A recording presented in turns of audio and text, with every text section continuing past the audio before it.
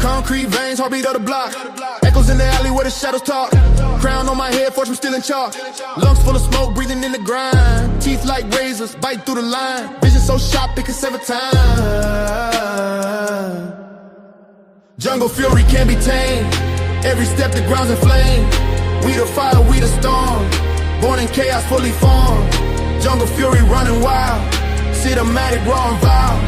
808 to shake the throne. Concrete jungle, claim your own. Streets hum symphonies, tires screech a chord. Graffiti sermons, the city's holy word. Buildings whisper secrets, only few have heard. Brick walls crumble under heavy rain. Baseline, thunder, earthquake the chain. Tigers proud of skyline, hunt the gang.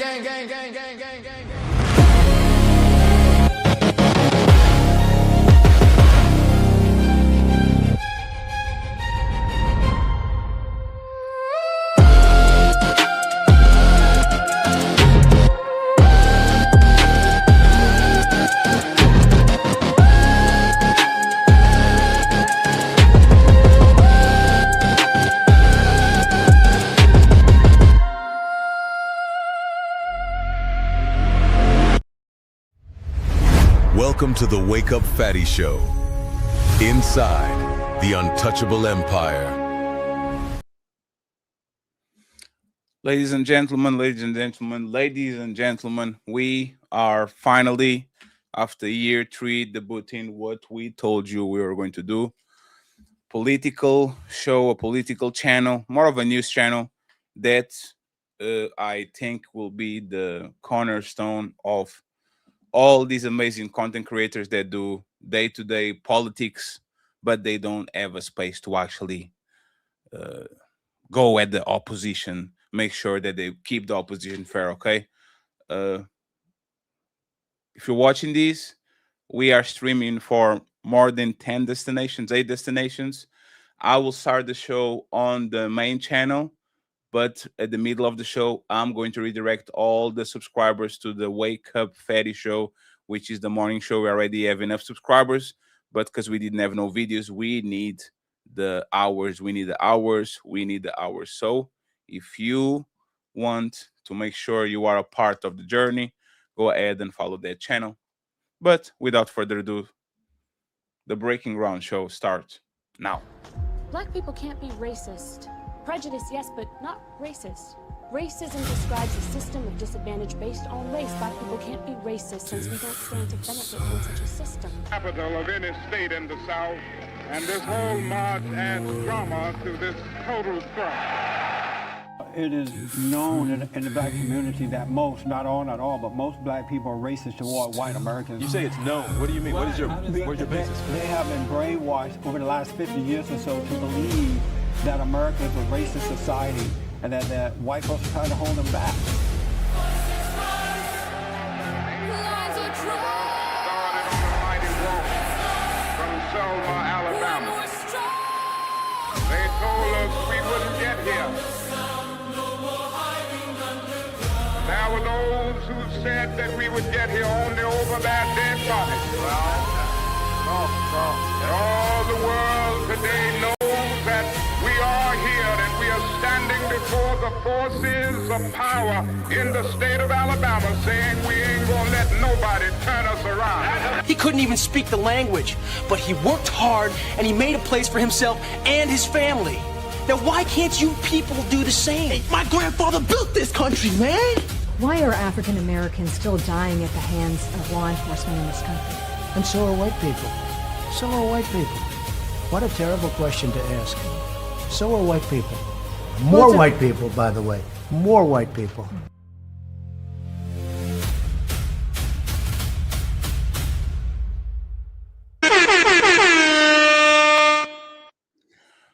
Once again, thank you very much to my guests for being here. I hope you guys are doing good. I hope you guys are doing well. Let me introduce the ladies first. Miss Messi Michon. She is in the building. Thank you very much, Messi, for being here. We appreciate you. We have a legend from TikTok, the Love Skeptic. She's in the building. Thank you very much. We appreciate you. Thank you. We have the infamous HQ. She's in the building. Thank you very much, HQ, for being here. Thank you. We have my brother Jeremy. He is in the building. Salute to you, Jeremy. Shout out to you. We have the one and only Taruz. Salute to you, Taruz.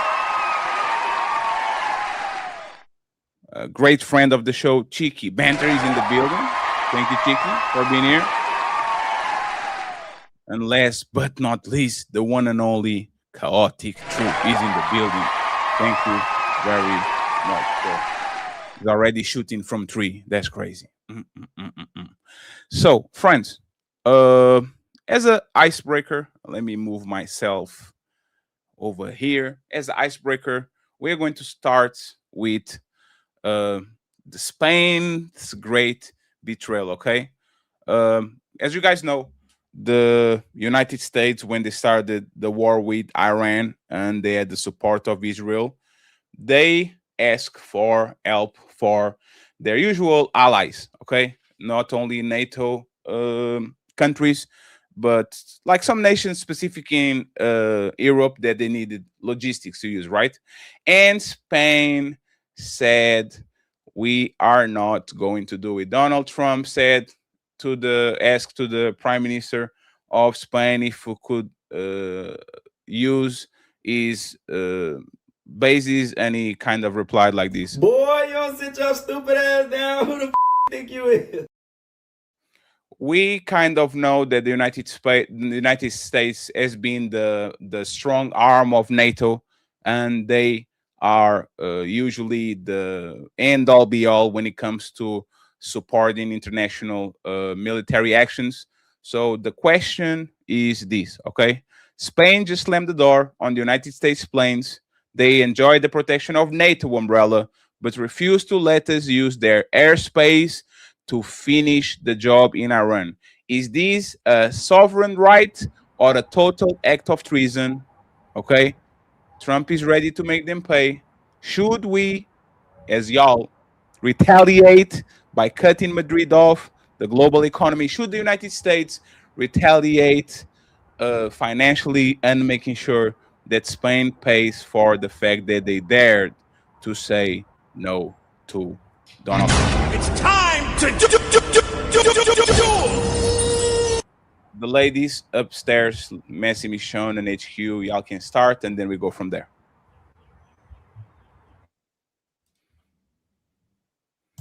Let me come up off of me, and thanks for having me. Shout out to the panel, everybody in the chat. I appreciate y'all. Listen, I look at it differently. I'm just going to say that you can say no, but I think you'll probably need me before I need you. That's how I look at it. So we'll see what happens in the simplest form. I'm thinking it's a mistake, but time will tell. Would you retaliate financially, Messi? Absolutely. Absolutely. Would you wait or right now? Say again? Would you wait for it or right now? Would you make them feel that right now? Would we wait? Would I wait for it? Why? Wait for what? You made your decision. We need to make our decision. That's how I look at it. She said, give him the business immediately. You gotta get him back. You better go down there and get him back. HQ. Yes. Well, Spain is a part of the NATO alliance. The NATO alliance has in Article 5 If a NATO country is attacked, they have an obligation to help.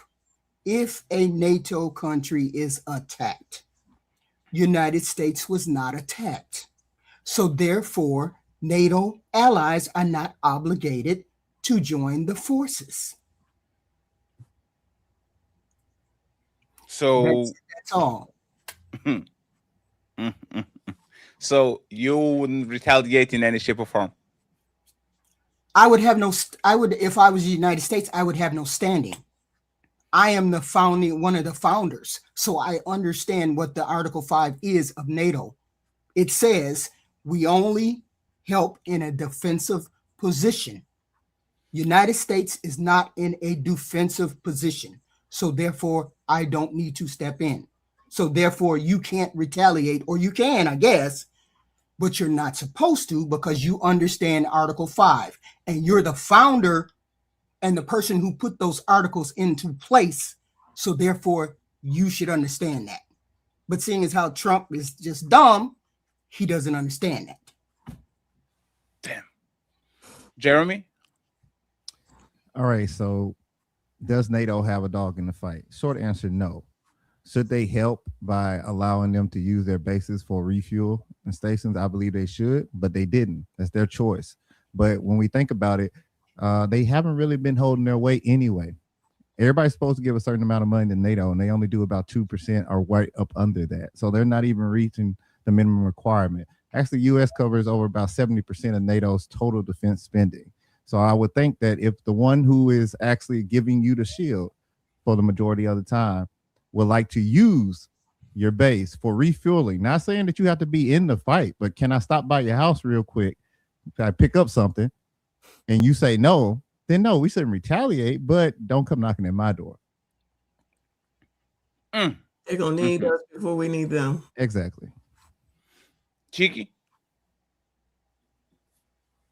I think America has undermined every international ally that we've had, with the talk and speak of invading Greenland to take their own country. Right? Like we've already entered into other countries, taken and abducted their own, sovereign leaders. America in this current state has no right to ask for any help from anybody. And no one should feel obligated under any circumstance to help America, because a lot of America's problems have been started and caused by America. So Spain taking the position that they did makes a lot of sense. And America's mouth, aka Donald Trump, has undermined NATO and its allies, and the history of the allyship and the history of every NATO nation, to the point where it doesn't make any sense to want the help now. After you've caused a global crisis by closing the Strait of Hormuz and everyone's economy is collapsing due to that. So that's my standpoint on it. They can reject it. They should. There's no reason to help people that don't seem to care about it, and they don't give any help at all. Global terror, no, fuck this country right now. It's okay though, because one day we'll kick him out and then put somebody in that knows how to run a country, and not this guy. Damn, strong statements. CT? I'm sorry, what was the question? Should the United States retaliate? Should the United States punish Spain for their audacity to say no? Believe it or not, man, you're going to be surprised at this answer, Fatty. I support Spain. Spain is, let's be honest about it, man. They fumbled the bag hundreds of years ago. But being a part of NATO, there are security guarantees that are, for the most part, primarily funded by the United States. The United States government funds 70% of NATO. I don't know if anybody knows that. Spain only funds, I think, 1 or 2%. It's very small. You would believe that with America pretty much bankrolling NATO, Spain would allow the U.S. to use its airspace or to use whatever bases. However, Spain, and I'm pretty sure you've been there because you're right next door. Spain is really a service economy, to be completely honest with you, man. It's not really a superpower anymore. It's really, a tourist attraction. It's not any place that should support the United States support the United States, because what will happen is, I guess Spain looks at it. What's the prime minister's name? Pedro. What's the prime minister's name? Fatty, I forgot his damn name. He called it out. How this violates international law, because if you destabilize the Middle East, what happens, Fatty? They come to Spain. They come to Spain in droves. All these refugees. So I guess Spain. The north of Spain, as the Strait of Gibraltar, is literally like a 10-mile situation. Yeah, that's what most of the immigrants cross. So I guess Spain is looking out for its long-term interest, and as much as I'm an American nationalist, and as much as I recognize that we do bankroll NATO, I'm gonna have to side with Spain on this one, man. I think America should take the loss on this one, to be completely honest with you. The United States does not bankroll NATO. 70% of NATO is funded by 70%. 70%. Before y'all go on the back and forth, friends. I heard you 70%. 1 second, HQ. 1 second, HQ. HQ, make notes, please. Friends, let's just get Septic out of here, and then we do open panel about this situation, because I actually want to hear from HQ and the rest of the crowd. Go ahead, Cody, finish your point. Tarus has to go as well. Oh, yeah, I'm sorry, Tarus. My bad, man. Yeah. So, so essentially, man, in the long run, the United States is really putting the EU and the countries within the United Nations. They're putting them in a very tough situation here, and let's be honest. I guess we can get into the topic of why we are really in Iran anyway. But that's what I had to say about that particular segment about Spain, Fatty. Thank you very much, Kartik. Let's get Septic and then Tarus, and then we do open panel. Let's go goes first. Yeah, I think the part that I don't know if it has been touched yet is why we're even there. We had an agreement that Iran had already signed. That was a really good agreement in which they were going to keep certain things under control. We had no reason to rip up that agreement. We had no reason to go out there. Like, we have no business going out there. And I think not only do we have an unqualified person in office that is showing us actively that they are unqualified, and they have hired people that should not be in these positions of leadership, that don't know how they're going to respond. The very fact that we didn't know how to counter their drones, right? And we had Zelensky that had come to the White House and told them, we know how to counter their drones in a cheaper fashion, but because we were so arrogant, because of white men imperialistic mentality that they have, in which they want to come in and bully you to do the things that they want you to do, and they think that there's going to be no retaliation. They look down on other countries and think that they're not capable of things like war. They think that you don't have the capability to come in and attack people. They think that you have no power to do anything to defend yourself. The imperialistic way of thinking has gotten us to this point. And in reality, I think that it's not just an issue with Iran. This is a global issue. This is a global problem, because America went off trying to tariff everybody. They were going to negatively affect Spain with their agriculture and technology by trying to tariff people for no reason. America was on the defense before there was anything going on. They were attacking their allies when there was no issue with anybody. So I think, if anything, it was starting to build up, and something was going to blow, and this was just the first thing to go. Thank you very much, Tarus, and then we open the panel. HQ. Sorry, Tarus. Yeah, I surprisingly agree with most of the panel, thankfully. First and foremost, no country is obligated to help another country with an illegal war, with an illegal invasion, first and foremost. Second, NATO is a defensive alliance, not an offensive alliance. So that already negates it. Second, anybody talking about, well, the Strait of Hormuz is important. Let's remember, guys, the EU didn't have a problem with the Strait of Hormuz until who started a war in the region? Now everybody has to pay a fee, a toll to Iran to get their boats out. And which, by the way, shout out to all you guys who were fear mongering BRICS, because this is exactly how you devalue the U.S. currency and get it to like the Chinese yuan. By the way, that's what the oil tankers have to pay in the currency when they're going through the Strait of Hormuz now. So good job, guys. You are self-fulfilling prophecy. So yes, the EU is under no obligation to help us. Spain specifically is under no obligation to help us. And Fatty, why would Spain help us in a war that Trump already said we won? Damn. HQ, I know you had the comment about the and I'm putting Jeremy because Jeremy had something to say about the NATO, like 70%. What do you want to say about that? Each country in NATO is obligated to pay 2%. That's it. 2%. If they decide to pay more, that's on them. The United States pays 3 to 3.5%. Everybody else pays around 2%, except the Baltic states. And the Baltic states pay 1.5 or 1 to 1.5. The United States is voluntarily paying 3 to 3.5%. They're only obligated to do 2%. So United States is only putting out about 800 billion. That's what they're obligated to pay per the treaty, the treaty in NATO. So stop saying the United States is paying more than they're supposed to.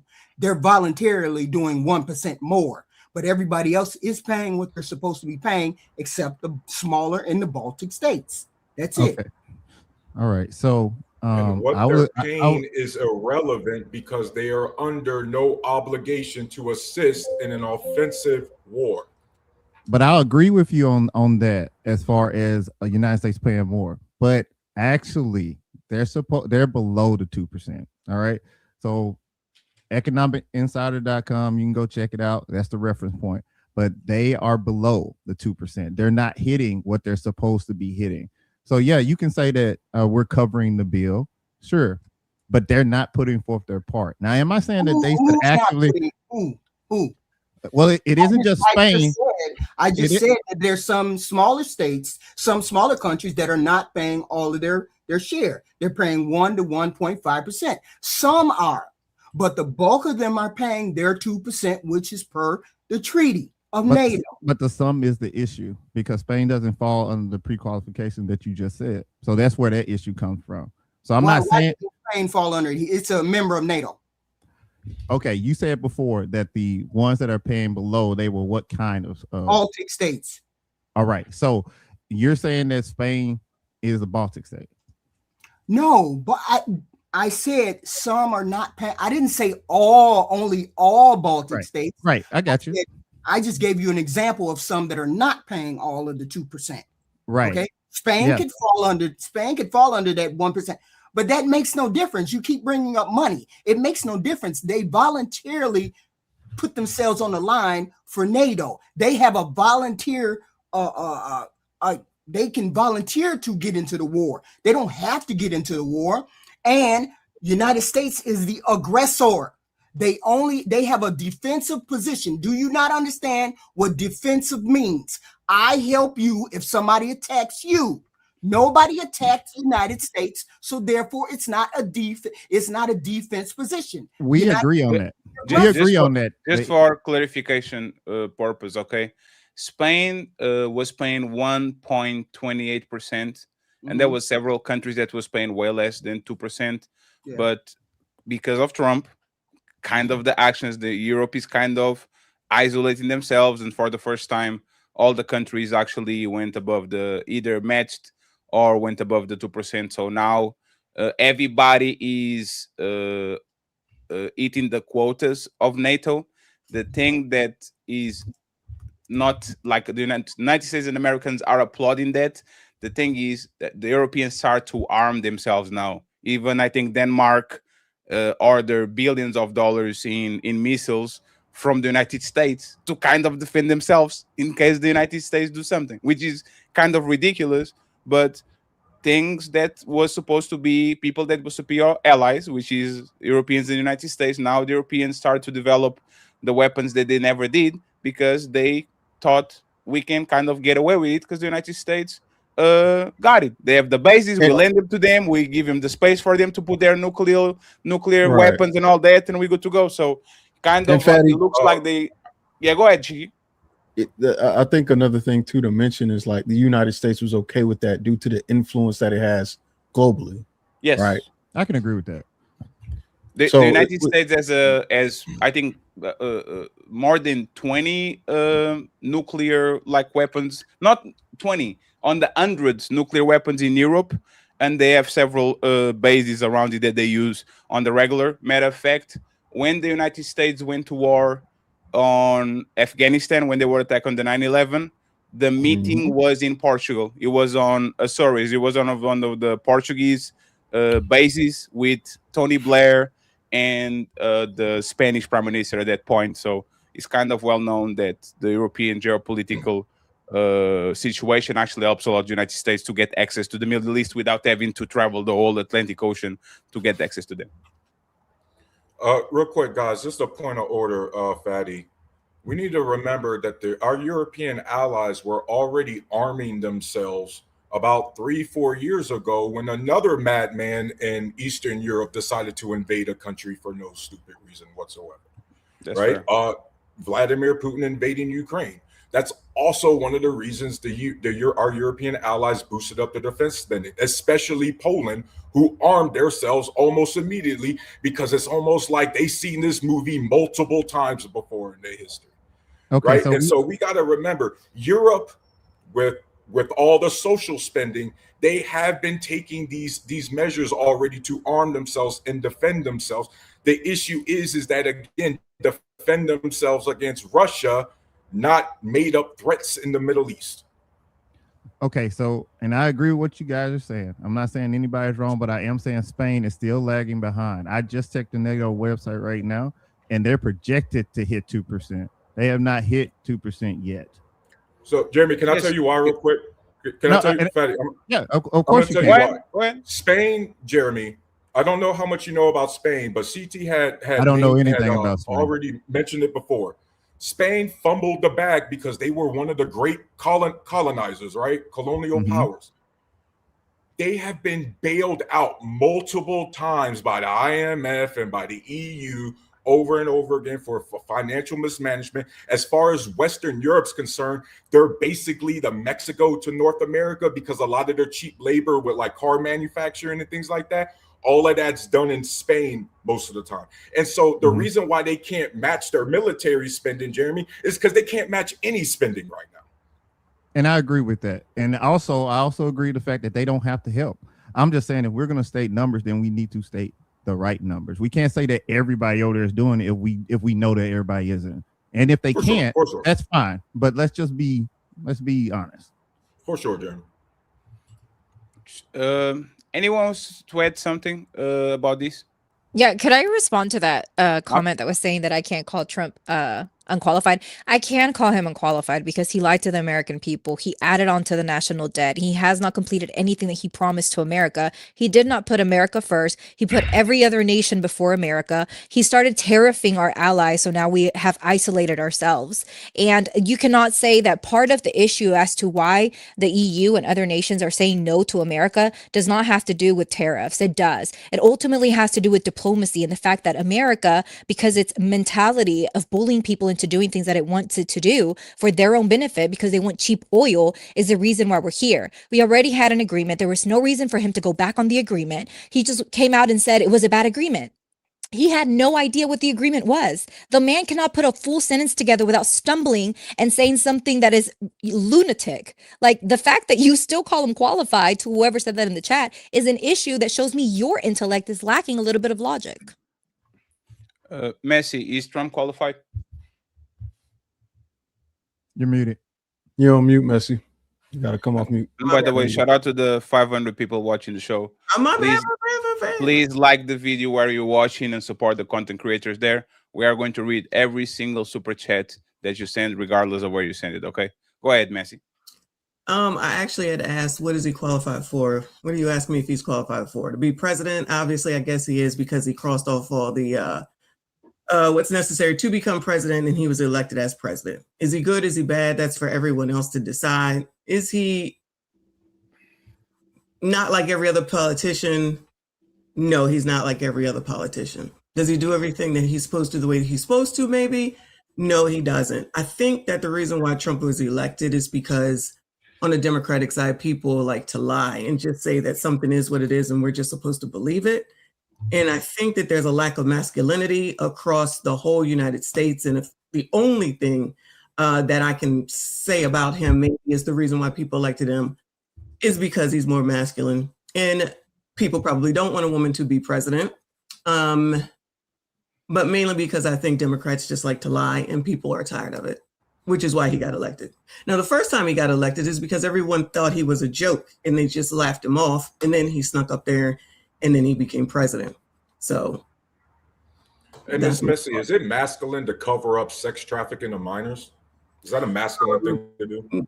No, it absolutely isn't. Is it a masculine thing to do to lie about having sex with a porn star on national TV, end up having to pay hush money, and your lawyer goes to prison? Is that masculine? What I say is the fact that we're tired of people that think that everybody who wants to be a man when they're a woman, or who thinks they're a woman when they're a man, and people are supposed to support it, not supposed to say anything. Yeah, we're tired of that type of stuff. I'm tired of men who cry all the time. No problem with crying, but out here on the streets looking like they don't really know that they're not in a reality show, and then want to put them in charge or put them in front of us, and we're not supposed to say anything. I'm over that, and I'm sure there's a lot of people that are over that. I'm not talking about anything else other than demeanor. That's all I'm talking about. And the fact that people tried to say that that woman was black when she wasn't, I'm pretty sure many of people weren't falling for that. Dr. Messi, is it masculine to? I'm not going to keep answering that question. I'm just saying, you brought up masculinity, and so I'm just trying to figure out, because again, you also brought up masculinity. You brought up transgender kids. And so I'm just trying to walk it, Dr. Messi, because based on your logic, because some of these issues are going on, that made you decide to vote for a guy who was already found. I'm sorry, I'll let you speak. He was already found liable for one second, Iso. Because this is the pilot. Once a person said that they don't want to reply to no more, make a statement to Rus. It's going to have the same type of effect, right? Yeah. So I know you walk it down. No. You did well. No, 1 second. Yeah, because you walk it down, but as soon as people don't want to engage, just make a statement instead of asking the question. Go ahead, finish your thought. I agree. My bad, Dr. Messi. So no, you're doing great. You're doing great. Go ahead. Yeah. So guys, when you're super worried about somebody else's kids, and that somehow forces you to vote for a guy who was already held liable for sexual assault in 2024. And then on top of that, he's continuing to cover up the sex trafficking of minors by pedophiles because he's also probably one himself. Like, at some point, when are you going to be able to critique him and his actions without bringing something else up? That's all I got. That's all I want to know, guys. What's the standard? Anyone wants to go after Tarus? Yeah, I think Dr.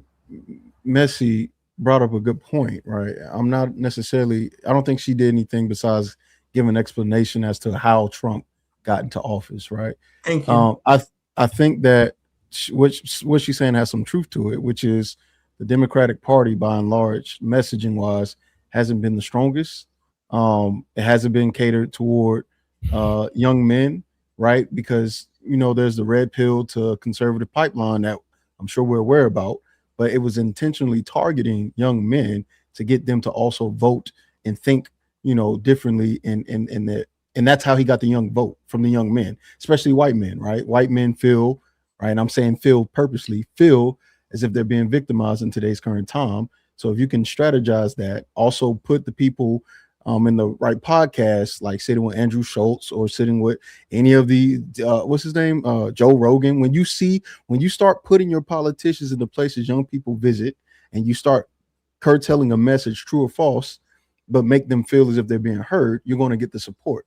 Right now, what we've noticed is young people realize they've been duped, which is why his numbers and approval ratings has dropped amongst all people. Right. And they're starting to realize I got duped, but she's not saying anything false. She's only giving a prescription to what she saw. And I would agree. People would say being a Democrat is kind of gay. That's what they would say. And you don't have to be like the most online person to hear that, because that's just how people view Democrats. Soft, weak, y'all like transgender people. And again, I think while I do think that's, limited and maybe not the smartest, observation, that's just true. We lost. And when I say we, I'm saying the United States and people. I agree with you on the strategy. You see, that's the thing. I agree that was the strategy. I'm pushing back on the fact that people still fell for that dumb shit. Because based on everything you just said, Cheeky, just remember. Yeah, for sure. For the young people, fine. But we're talking about people our age and older who knew better. Right? Okay, and that's different to Bruce. Hold on, Cheeky. And then on top of that, at what point are you going to practice what you preach? Right? At what point, Cheeky, are people who vote for this guy going to tell people to do their research, and then you find out, Cheeky, they don't do their research? Like, how many times is this strategy going to work with now? Because we now, based on that masculinity, Cheeky, that you just talked about, based on the fact that Democrats are all small and weak, we are now $40 trillion in debt. We've given 2 countries with universal health care billions of dollars. We've started another war in the Middle East. We started a global trade war where we even tariffed an island full of penguins, apparently. Right? True. And by the way, none of our allies respect us. So I'm trying to figure out, yes, the strategy worked, but when are people going to stop falling for the dumbass messaging? Let me That's get a good question. Cheeky and then Chaotic over here, and then we open again. Let me just interject real quick. When a Democrat decides to change their message, and that's when it might change. But because they continue to push through the same crap and they don't change their message, how do you expect something to ever change? They're not budging. They're still saying that Cam had a great strategy to lose the presidency. So if you don't, Jasmine Crockett did the best that she ever could. It was just racism. So if you just are going to blame other people for the reasons why you lose and you don't change your strategy, it's not going to change. Donald Trump literally started an insurrection for blaming others for why he lost. Like, this is insane. You're already insane. You're not listening. If everything is going to be focusing on Donald Trump, you're going to lose again. If everything is about we don't do anything wrong, you will lose again. It's not working. We've been hearing this for how long now? It's Trump's fault. Everything's Trump's fault. Even when he's not involved, it's Trump's fault. But I would beg it differ, because we're starting to see in special elections where Democrats are dominating. Even in Mar-a-Lago, the district that Mar-a-Lago is in is now blue. Like, I just don't see how the messaging is not working. I think if anything, it was the fact that people were not. People don't like to listen. They don't like to listen. They just want to go talk. And I believe I was in the middle of speaking. So again, people want to continue to think what they think is right. If you're not going to open your mind to think about the people that you're trying to lure to your side to get what you want, and all you're doing is spewing what you think it is, and they're already saying that that's not the case and we're not listening, keep doing it. It's not going to work. So if it's just what y'all think or whoever, then that's fine. Then don't think that you're going to get somebody else if you're not trying to do anything to entice them over. Just saying that Trump is bad, that just doesn't work. It just doesn't work. Okay, So have you landed? So Nancy, I can. I 100% agree with you that you can't just be like, this guy bad. Like, that never works, or that shouldn't work with anybody.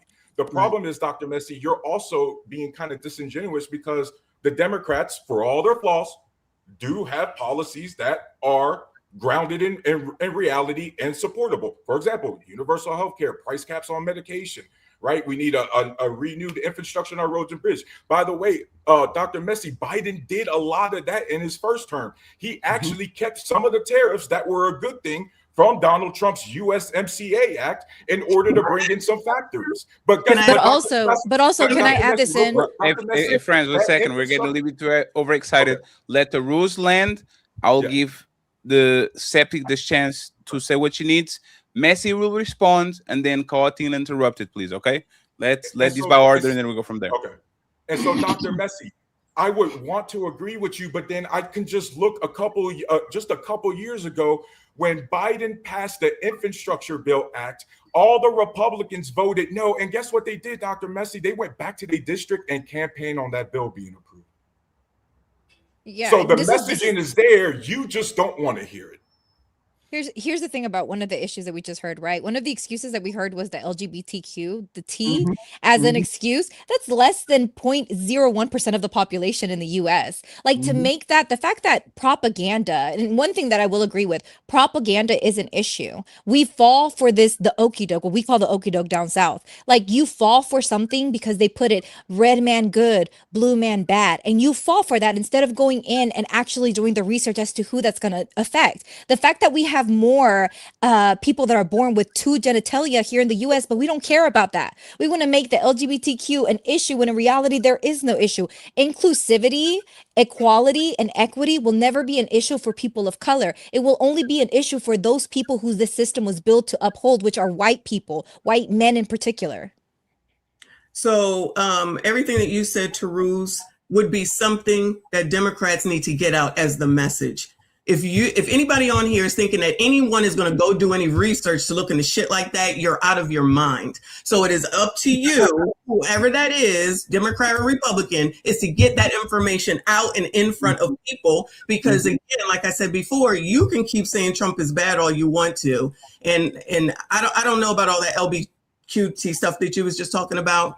But I just use that as the example because that's what they throw in front of everyone, and you're not allowed to say anything about it, or else you're considered some obic or some ism. And some of us are tired of that. And just for the record, I'm not a doctor, just a doctor on YouTube. But thank you so much for the respect. And second, I never said that I voted for Donald Trump, and I also didn't say that I voted for Kamala. Just FYI. And by the way, I'm a billionaire on Monopoly too, so better respect my name too. Okay, thank you very much for the clarification, Dr. Messi. Chaotic too, uninterrupted, and then I have something to say before we move. What was the question again? What was the question again, Fatty? Damn. We're talking about. No, it's fine. It's fine. CT. I know you're tired, CT. This is the frappuccino that you're dog. We definitely moved around a bit. Let me, Jeremy. Can I actually? Because y'all didn't answer the question, kind of. No, they didn't. Yes. What's the question, Fatty? Chaotic, do you think Donald Trump is a competent president? That was the question. No, that wasn't a question, Fatty. No. One second, please. So this is how we got here. I asked Messi, is Donald Trump a competent president? And Messi said, to be or not to be. That's the question. And we kind of diverge into all these other things. Democrats are bad, and Biden is these. He's qualified based off of what you need to be in order to be president. That's all. So I will give Chaotic the chance to either answer the qualified question or these Democrats versus Republicans. If the Democrats are weak and all these, like, I'll give you the chance to reply whoever you want to reply, and then I have a couple of statements to make. Fatty, in America. I don't know if you watch basketball over in Portugal, but there are about 5 highlights from Michael Jordan that are just cemented, or it'll always be in the minds of, pretty much 30 and over people, right? About 5 highlights. Now, Jordan, every damn game, he played phenomenal. When people ask me about Trump, I could always, go into depth about, federal government restructuring, bore you to death with energy policy shifts. I could always bore you to death with, economic nationalism and tariffs. But the Michael Jordan moment of Donald Trump, Tarus, Michael Jordan's in the air, dunking. The Michael Jordan moment of Donald Trump, in my opinion, are 2 things. One, getting these goddamn illegals up out of here. Basically turning, and I got to say this, basically turning ICE into the stormtroopers. I gotta rock with that. I really rock with that. 2, his DEI cuts. I've hated diversity and equity and inclusion because I went to, you know, we're from the same area. I went to a very, very DEI diversity bullshit college. And they were pushing that nonsense on us 22 years ago when I was in school, 23 years ago when I was in college. Those are my Trump moments. I'll never forget. I like the fact that he was open with it and getting rid of these programs and getting these people up out of here. That's all I mean, other than that, man, I could bore you to death with all the little nerdy stuff and paperwork stuff and policies, man, but it's nothing like seeing people on their ass with bullshit jobs, man, because they got in and they didn't even earn the position. Oh, I love it. I love it. I love seeing, Tarus, you remember that video I did last year, that lady at the border, she was crying. She was like, oh, I love that shit. Oh, because she couldn't get into the country. I love that shit. So yes, Trump is competent. The government is still functioning. We still have our army. We still have our roads. We still have a functioning government under Trump. But those are my highlights of Trump, Fatty. Go ahead, buddy. Go ahead. Damn, let me come down real quick over here, right? Go ahead, buddy. Go. So the reason why Trump ended this Iran deal, other than being blackmailed by Israel, is because he was signed by Obama. We know that Trump has a chip on his shoulder because of that roast that he got during the Obama I think it was the press, whatever. So he has a chip on his shoulder. Like Donald Trump is not shy into actually reaping the things that their enemies build or perceived enemies build. So if this deal was signed by another Republican, he probably would try to hold it a little bit. But to be honest, Donald Trump said the tariffs they had in place were weak, but he was the one signing tariffs on the first term. So he literally went against his own tariffs. So I'm not sure exactly if he would stick with them. If he would stick with them on the long term. Oh, I'm sorry. No, you got it. Fatty, why are we in Iran? Oil and Epstein files distraction and blackmail. Okay. Am I wrong? I don't know if you're wrong, but I'm gonna tell you why. You don't have an opinion? Israel too. I'm gonna tell you why. You don't have an opinion? I'm gonna tell you, Fatty, why I believe we're in Iran. One word and one word only. China. Do you want to know why I say China? Yes. China purchases 80% of their oil from the Iranians. Sure. Have you seen China in the last 15 years and what these people are doing over in China? Have you seen their mega cities, bro? Have you seen the technology? Have you seen their GDP in the last 5 years? Have you seen what these people are doing? I truly believe America is in a panic mode right now. So to maintain a global hegemony, to maintain the appearance of that we are the reason why there's global security, I believe America wants to control a lot of these straits. Sure. Because America sees its once great empire slipping because these Chinese men are making, bro, I gotta admit it, man. America should be ashamed of itself for not having no goddamn mega cities at this point. Y'all have mega cities. It's called New York City. It's called Atlanta. Yeah, New York City. Y'all cities are bigger than every city. Hey, you know what they call Portugal? Hey, you know what they call Portugal if Portugal was the United States? Kentucky. Like something like that. Like y'all can't like. Hey, but Fatty, I'm telling you, America doesn't have mega cities, bro. Like Shenzhen.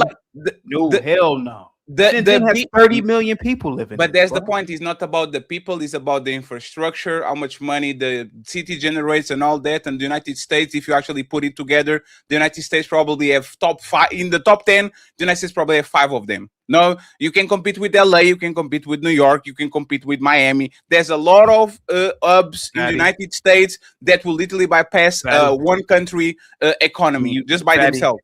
The United States is in fear of BRICS. And I truly believe what we are, not we, I ain't doing nothing, but what the United States government is doing over in Iran in the Middle East, they are putting a halt, a momentary halt on supply chain globally. They're putting a momentary halt on the American population slipping and falling into second or third place, man. It's coming. It's inevitable for us, man. You didn't listen. I'm an American. You didn't listen to Tarus. I respect all of y'all professional acumen. Tarus is a genius. I'm sorry. When it comes to politics, undefeated by far. Did you notice what he said about BRICS? Y'all are pushing everybody to the arms of China and Russia. These countries that literally were in movies for centuries being the bad guy now are seen as the good guy. Like countries for the first time are looking at BRICS, they are looking at Russia, they are looking at China, and they're saying, at least these dudes, they might be villains, but they don't change their mind every 4 years. We do a climate agreement, they break it. We do a nuclear agreement, they break it. Like the United States can be trusted. That's why, for example, the African countries rather have the Chinese imperial of peace coming in and develop infrastructure, because they rather deal with the stability of Chinese, even if they are going to rob them, than dealing with the United States that is randomly sending forces to Nigeria because Christians are in trouble. Like, you can't do those things, because you are, for the first time in history, pushing European countries, South American countries, African countries, and countries that were allies forever to the ends of China. China and the United States control the world differently. Y'all use imperialism. We are the strongest. We have the best economy. We control the dollar by the the oil by the petrodollar. So if you don't do what we want, we do what we did to Gaddafi. We do what we did to all these countries in the Middle East, South America. We depose people and put our puppets. China is the fake nice guy. Oh, those guys are beating you over there. Let me give you some information. Let me give you some discounts. Let me give you 0 tariffs. By the time Trump put tariffs on countries, China was announcing on the next day, you know what, guys? No tariffs for y'all. Let's do business. You are not going to defeat China with a strong hand. You have to have a velvet glove and make sure that you do the same thing that they do. But for whatever reason, the United States a couple of months ago, and these was Republicans a couple of years ago, they started to defund programs around the world that was putting wells in Africa, that was doing very charitable things around the world, because they said it was a waste of money, because if we have homeless and we're sending money to Ukraine, this is a bad look for us. But this is how you actually regain power and control. And this is why when your troops fly and land, you are admitted as heroes, because those people remember that you put a well on the ground. So now when American soldiers come in, he is a Power Ranger. He is not Thanos. This changed now. Most of countries are looking at the United States funny. So I don't think chaotic by fucking up the Strait of Hormuz, that is fucking up our economy too, because our prices are crazy too, right? I don't think a Spanish citizen or a Finland citizen that sees their cost of life going crazy because of a war that they didn't start, I don't think they're going to look at the United States with better eyes. I think they actually will like more China, because China is the ones that actually are supporting the people that were attacked and not the people that attacked other people. You have the chance to reply. I'll like say just one more thing, and then I want the panel to give final thoughts so we can go to the super chats and to the next topic. You were saying, do I want to reply? Yes, yeah, if you want to reply. Yes. Oh yeah. It's fine. We have time. We're fine. Don't worry. We have time. Sure Yes, we have I'm time. pretty sure you guys have iPhones, right? Some of you have Yes, iPhones. no, we don't. We are not losers over here. Okay. We have In the US, we have iPhones. Yeah, but we have Android is Androids, popular around. Samsungs. Yes. You know who makes the iPhone? You know who manufactures the iPhone? Probably a Taiwanese person. Chinese. Sure. Chinese. Yeah. Look inside your battery port. Bro. The real war is the American citizens. If you really want to change things globally as American citizens, you know how like we always talk about in America decoupling from China. Oh man, we need to decouple. You know, I read a book called Death by China by Peter Navarro. Great book, by the way. He worked under the first Trump administration. And he was in the book going in on China, dogging China. And I said, you know what? This is the exact reason why we might lose out, why the dollar is going to be devalued, yada, yada, yada. Because we won't even do, hell, I won't even do it.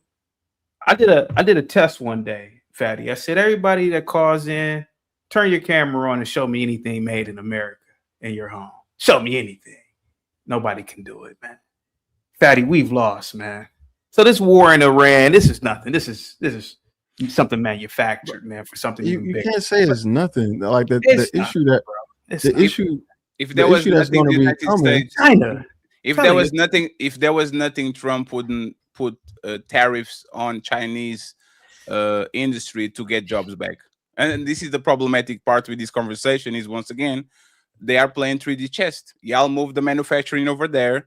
There's nothing you can do because if you tax them, they will move their industries to 72 countries before they get to the United States. They'll go to Cambodia, they'll go to Vietnam, they'll go to Mongol, they go to Portugal or Brazil way before they move the jobs to the United States, because the United States cost of living, the salaries are the biggest on the planet, and nobody wants to, like the biggest bill is employees. You don't want to do it in the United States when 1 day or 2 days of salary is probably the salary of a Vietnamese. So if this was, and I'm sorry, Chiki, for interrupting you, it's kind of hilarious that, again, we are going to do things and then we are going to blame the other side for the things that we do. These companies and these governments have no problem in capitalism until capitalism actually injures their imperialism. All of a sudden, it's not capitalism anymore. Bring the companies over here. We need to be nationalists. No. If Nike wants to do their shoes in Taiwan because their margin of profit is bigger, all y'all capitalist conservative douchebags should be very happy to do it because y'all believe in crony capitalism. If Elon Musk is a billionaire, I can be a billionaire too. Why are you forcing me to bring back my company to the United States and to lose a tremendous share of profit because you don't feel is right? Right? So again, conversation for another day. Let me get Chiki over here and then I'll read the super chats, okay? Yeah. The reason why we don't know why we're in Iran is because there's not been a concerted effort for the president to communicate anything. Right. The reason why Chaotic Truth can ask you, Fatty, why are we in Iran, and you can come up with an idea and he can come up with an idea, is because nobody actually knows why. Right. The only answer that we have right now is Israel. Right. Because when you look at the intelligence, or when you look at what happened with Tulsi Gabbard's congressional hearing, she said, we didn't declare Iran an immediate threat. We already taken out their nuclear weapons based off of reportings from months ago. And then when the question was asked, does it seem like Iran or the United States and Israel is aligned in their war efforts or their purpose for being in Iran? She answered no. And this is coming from the head of our intelligence. So if the reason why we have no idea why we're in Iran is because he has no idea why he's in Iran. He got tricked by Bibi Netanyahu to get into a war, which Israel has always wanted a war with Iran in the Middle East. These things are not uncommon when you start looking at the history of Israel and what they've been trying to do. The reason why we don't know why we're in a war because our own president doesn't even know. He has no idea. He didn't know that the same group of people, the replacement, although it wasn't supposed to be a regime change, or it was technically supposed to be one, all the replacements he ended up killing, and the intelligence came from Israel. So we're dealing with a president who is not using any form any form of government that he controls by all measures, the House, the Senate, he controls every facet of government, even on the judicial level, and he can't pass a law, or he won't pass a law. He'll just keep using executive whatever they call, my mom's going blank. Executive order? Executive orders, just for them to be repealed or moved out of the way for another president to do it, because he's not a competent leader. He's not a competent president. There's no way, as somebody who has the House, the Senate, and all branches of government, and no laws getting passed besides the big ugly bill or big beautiful bill, however you decide you want to look at it. That's the problem. We have no idea what we're doing in Iran. We don't know how long we're going to be there, and we can't really control the outcome. We can't control anything because the president we're dealing with has no control. There's no one holding him back. Can I offer some? Buckle up, everyone. It's time for some super chats.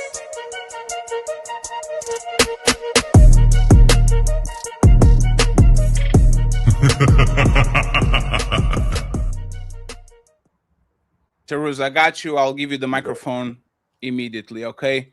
Thank you so much to OG Top Cat for the Cash App. It says, keep grinding, Fatty. I appreciate you, OG. Thank you so much. I appreciate you. Cha-ching! Where my boy Keon is making sports bets with Fatty. He said the Lakers are going to lose today. So he bet $10. Let's see if he gets his money. Cha-ching! And my boy, of course, Bet Works is in the building with $2. He says, and low. Thank you very much, Bet Works. I appreciate Cha-ching! it.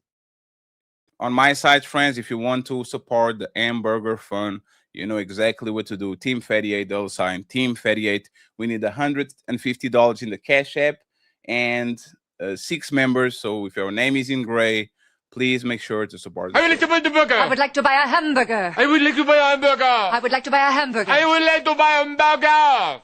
I would like to buy a hamburger. The burger. Oh, remember, please, friends, if you are watching this show in any other platform, support them. Make sure you send them a little bit of lunch money, because we're going to read all the super chats, even on those sites. As you guys know, I'm going to try to start the white channel. Is already up today, the Politics and News channel. This show is going to be closed at hour 1.5. So if you guys are watching on the main channel, there's like 200 and something people on this side. Make sure that you migrate to the Wake Up Fatty show. I will put a redirect link in the description. Let me get this super chat real quick. Landon became an untouchable empire, baby. My boy Taruz in the building. He became an untouchable. Untouchable empire, baby. Thank you very much. Mr. Frederick gave Massey Michonne a membership. I appreciate you, sir. Thank you so much.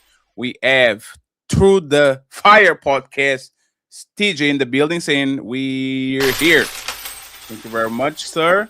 He says, HQ, no windmilling today. Salute. HQ behaving well today. Leave HQ alone. HQ doing good. Black Dawn saying, NATO doesn't have a dog in the fight. Wrong. 12% of an LNG, it's talking about the gas, goes to the Strait of Hormuz, which goes to Europe. Yes, the Europe prices are skyrocketing exactly because of the Strait of Hormuz too. Book with Mick became an untouchable. Untouchable empire, baby. Appreciate you. Thank you very much. TJ is back and saying, stop saying Trump isn't qualified. Regardless, if you like him or not, he is 100% qualified based on the United States Constitution that sets the qualifications of a president. TJ, I'm not going to lie. That was a very snarky, very interesting way of telling somebody's qualified. By that case, Joe Biden is qualified and George W. Bush Jr. and all these people. So I don't know about that. That Reaper in the building saying, I'm tired of Americans not putting American first. Thank you very much, sir. Player 1 in the building saying nothing. Untouchable empire, baby. 1 membership. I appreciate him. The sponsor of the show, Nick, with 5 untouchable memberships. Thank you very much, Nick. We appreciate the donation. I believe that there's multiple so-called black leaders who believe that they are untouchable. Untouchable empire, baby. Black Dawn flying. It says U.S. is the aggressor. The reason is because of the preservation of the petrodollar. Iran was trading oil exports and shipments long before war. Thank you so much. I appreciate you and Nick coming through with a $75, making him the sponsor of the show with a hundo.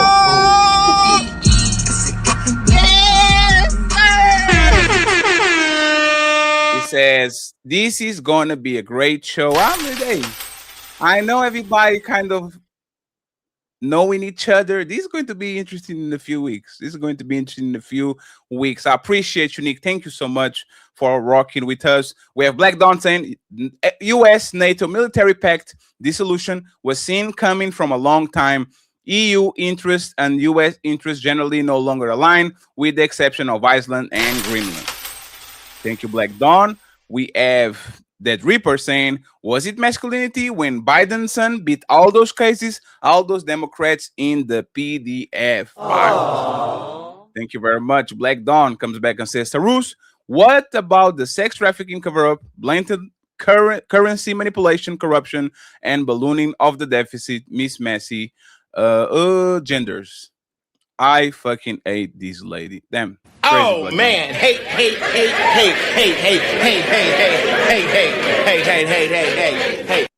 Stop hating, Black Dawn. We have Dead Ripper saying ABC rainbow to liberal type. Thank you so much. We have Chris the Creative. Chris Creative, he says, it is masculine that is Biden administration had the Epstein files for 4 years and did nothing, sent to the FBI to get his niece's diary because of stuff in it. For my information, they couldn't do nothing because they were locked, because there was some things that was happening on the courts that actually barred them from accessing them. So I'll go with that. Might be wrong, but I think I'm right. That Ripper says Kamala Harris said she was black. Cam said she was offering something that was accessible already, but okay, message, I think, for myself. Another one. We have Chris saying Iran has been attacking the US since the 1979, the 1983 Barracks attack, USS Cole, First World Trade attack, etc. We have that Reaper saying big fat messy. Judas from Jersey in the building. One untouchable. The untouchable empire, baby. Shout out to you. I appreciate you. We have Chris back again saying just Obama and Biden are responsible for half of the national debt. So stop it. Shout the debt. I think I read that wrong. Zyrex with one untouchable. The untouchable empire, baby. We are almost ready there, friends. John Dunning says it's easier to fool the people than it is to convince the people that they were fooled. Thank you very much. Black Dawn says Dr. Messi with the Dirty Dan SpongeBob ad. Oh man, hey.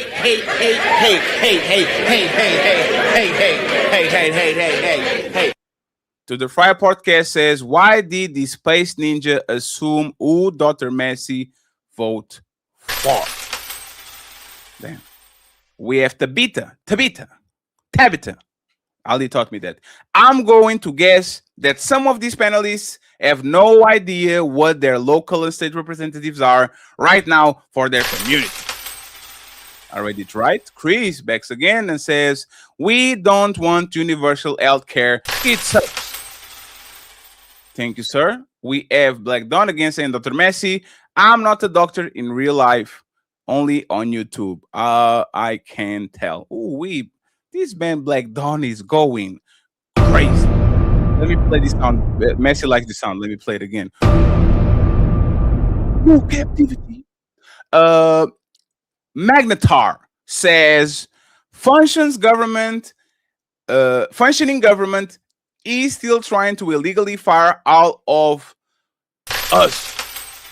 Thank you very much. We have Conchonery in the building. It says China and Russia are benefiting from this war. We have 10 more to go. Mr. Robert Platinum in the building with the $10 ball saying great news. The U.S. Army raised the max age of enlistment to 42 years old. If you are under 42 and support the current administration, go on down to your local recruiter office and enlist. We have Book Nathaniel with the big 20. said the executive branch has checks and balances. One, Congress. Second, the judicial branch, and the third, we the people. If you think Trump has slipped all these checks and balances to achieve what he wants, then he must be competent and Qualified, competent, two different things. What'd you say, HQ? Qualified and competent, two different things. Damn. Black Dawn, chaotic. China has mega cities. LOL, go live in those towers and you'd end up on live leak. We have 5 to go. Brooks Nathaniel says, the truth is strings are being pulled by those more powerful than Trump, the unseen rulers of this world. Trump is a front man and the foul guy. Thank you very much. Chris is back saying Trump and Marco Rubio literally told you why we are in Iran more than once and told you to take notes. You just don't like the answer. And Mr. Cashflow also says, oh, excuse Fatty, but China loves capitalism, even though they are capitalist country. China is all about the Benjamins. No country is true capitalist country. We are mixed economies. Like this is just a myth. Just some China's countries. not a capitalist. Yeah. Yes, is the mixed economy. As soon as you start to do too much money, you have to go to the government to talk with them in China because they don't like you to just be rich for no reason. I actually think there was 2 guys that were arrested or was barred from leaving the country because they sold their company to an American enterprise. So the government wanted to have a talk with them. So they are not capitalistic in nature.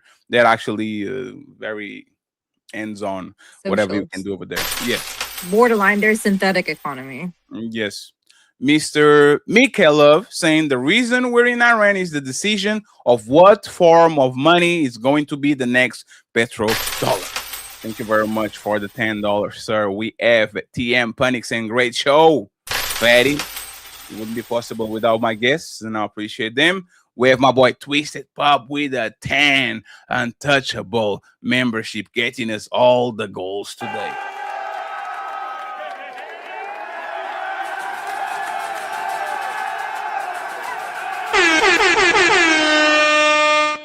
Thank you so much, Twisted Pop, for always being kind to the fat one.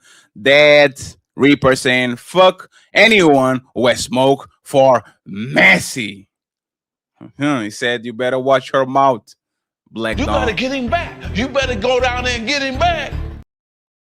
Mr. Dead Reaper says, speaking directly to you at Black LTM Dawn. You better watch your mouth, sir. Boy, you don't sit your stupid ass down. Who the think you is? And finally, the Chicago Reeler says, this is content. We need fatness. Salute to you, sir, too. I appreciate it. Friends, let's go back to the show. I'm not going to let it pile up so much so we can stay here for like so many minutes, getting cold. Tarus, do you have anything to say before I move the conversation to the next topic? Yeah, real quick. This is kind of directed at you, Cheeky. Just a little bit of pushback with we don't know why we don't know why we got in the war. Chris was sending some super chats. I disagree with most of them except the last one, which is Marco Rubio and Donald Trump told us specifically why we got into this war.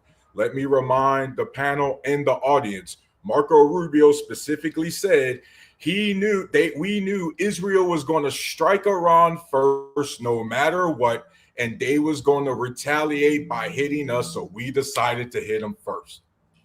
Donald Trump specifically has said all of a sudden that Iran was months away from obtaining a nuke, even though, and I quote, he said after we bombed their facilities in June of 2025, their facilities, quote, completely obliterated. His new favorite word, right, guys? He keeps saying obliterated over and over and over again. And so he's told us exactly why, regardless if you guys want to take it at the word or not. And then, Cheeky, you know Donald Trump is scattered-brained. Another big reason is listen to him and Bibi Netanyahu. These are a bunch of old ass dudes talking about their mortality. He's trying to throw his face on every single banner he can. He got his name trying to get put on the airport right now. You see the shit show with the Trump Kennedy Center. He is just trying to be known for anything because he's on the clock. My opinion. Also, can I add in the JCOA that we pulled out of? Again, like Fatty was saying that Obama had put into place. It literally was saying that their uranium their nuclear program had to be under a certain percentage. So when we pull out of that, we have no alternative. We have no, we go and attack. And this is an offensive war, right? That means that on our part, we have a certain thing we want to target. They were not attacking us, and we responded as a defense.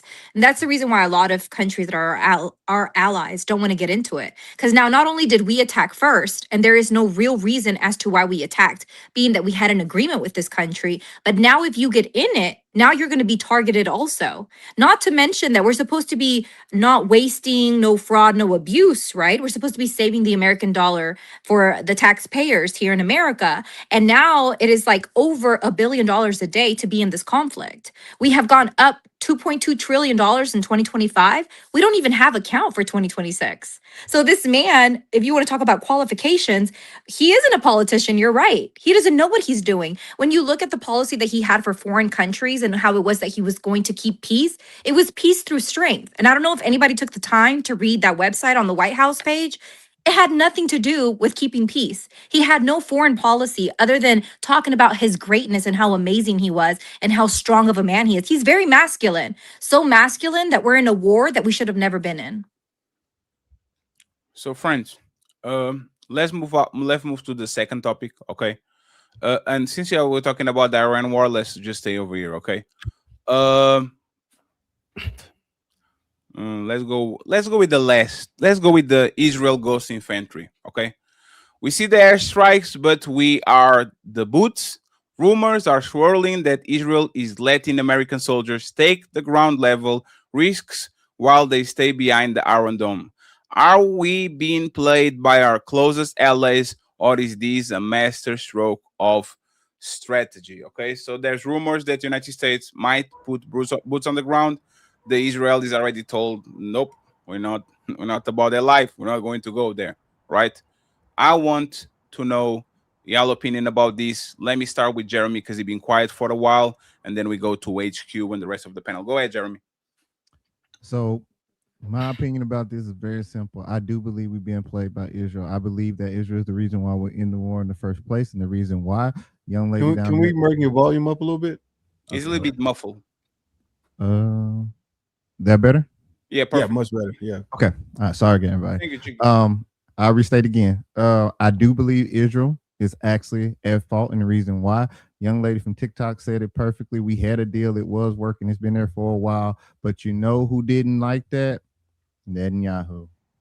He actually said this was the worst thing ever been made in history. And you know who did the first strike? Netanyahu. And you know who had to respond after that? Us.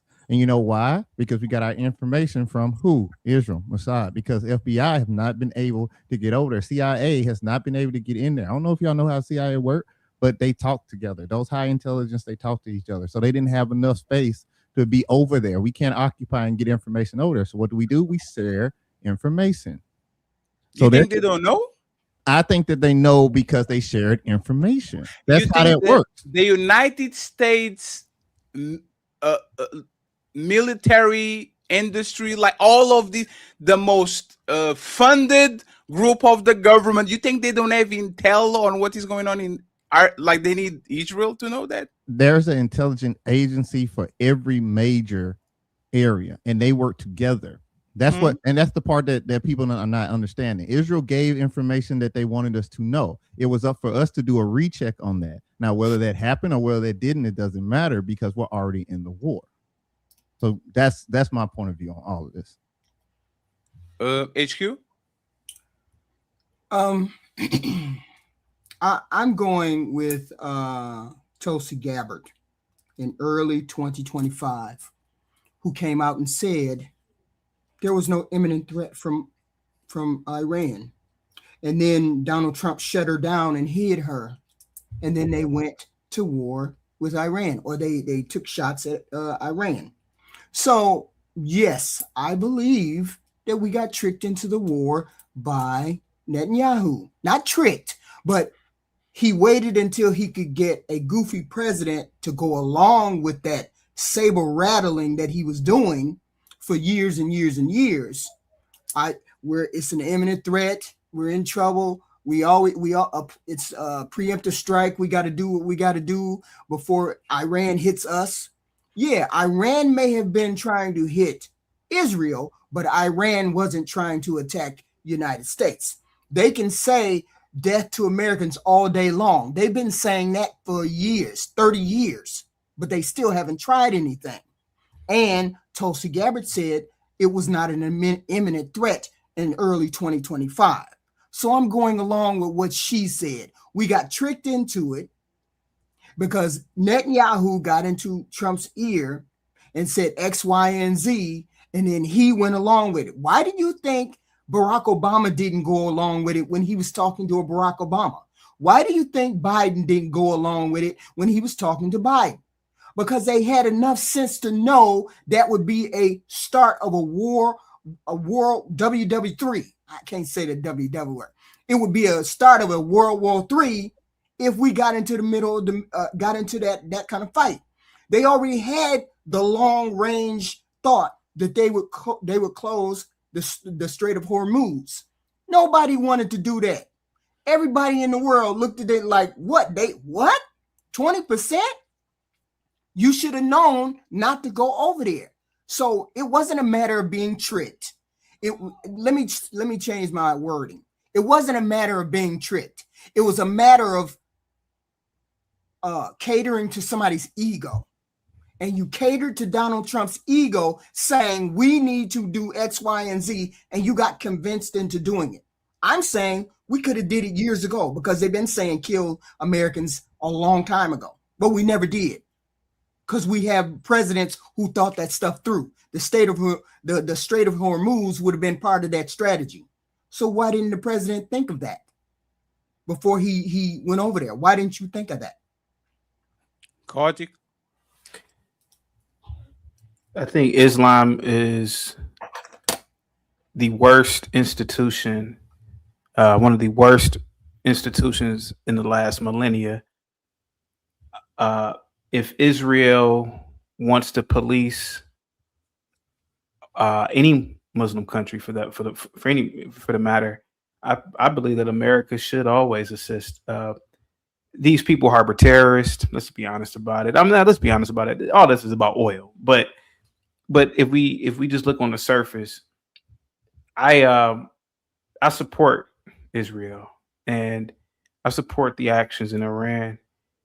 And a lot of this is a blood feud going back thousands of years, man. But Islam is really the worst thing right now on the planet, particularly radical Islam.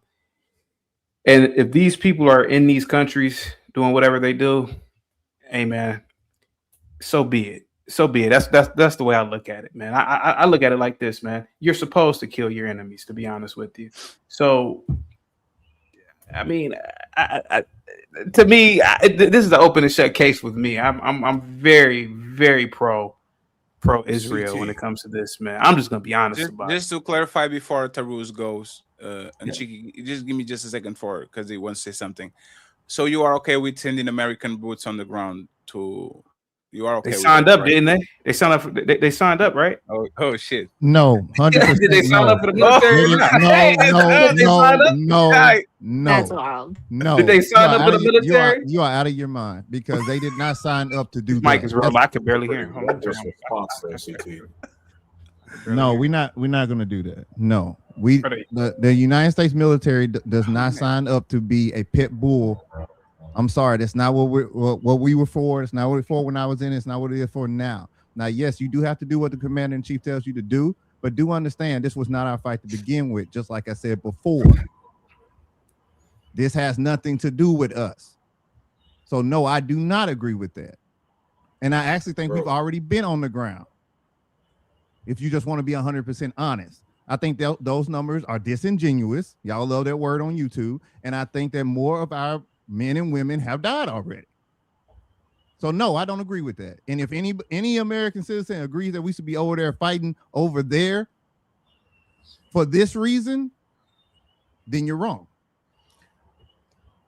Jeremy, let me piggyback off what you just said, because I want to tell everybody who don't know me, man.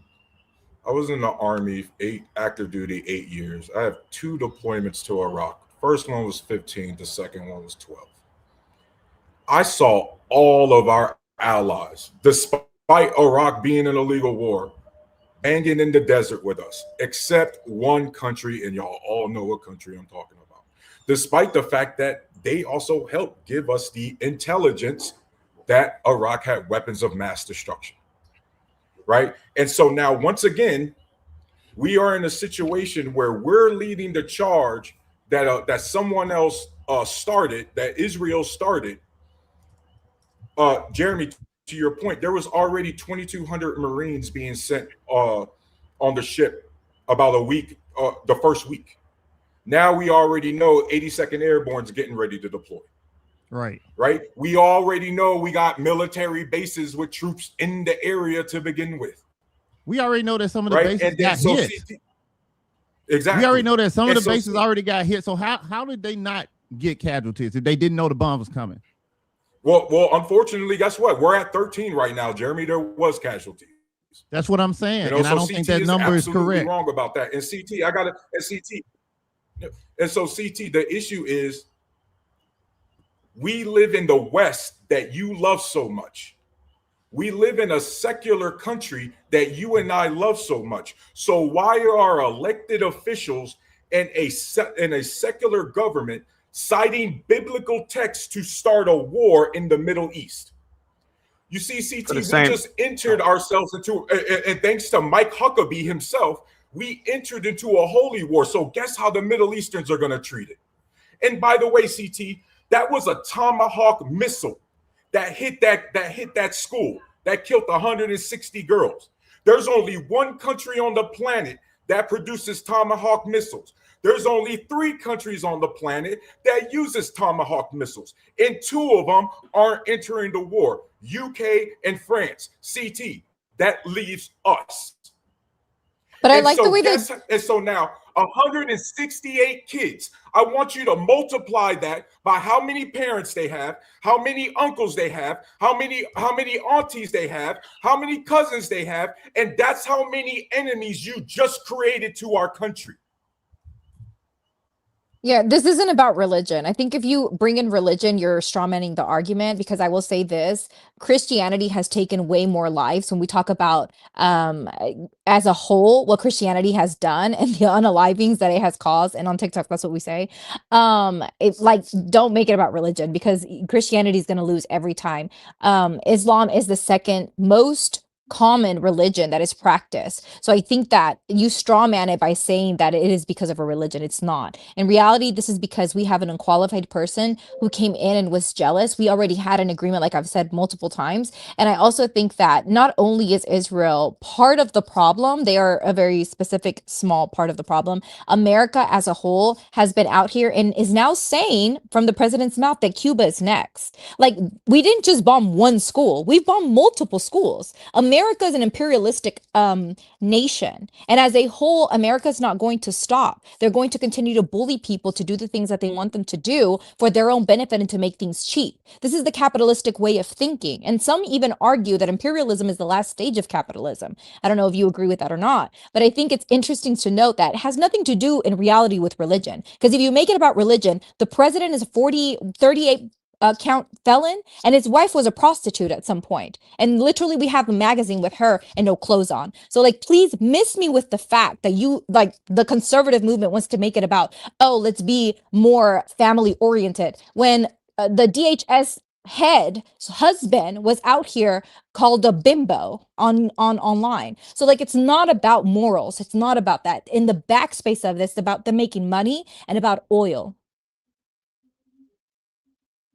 Fatty, you there, buddy?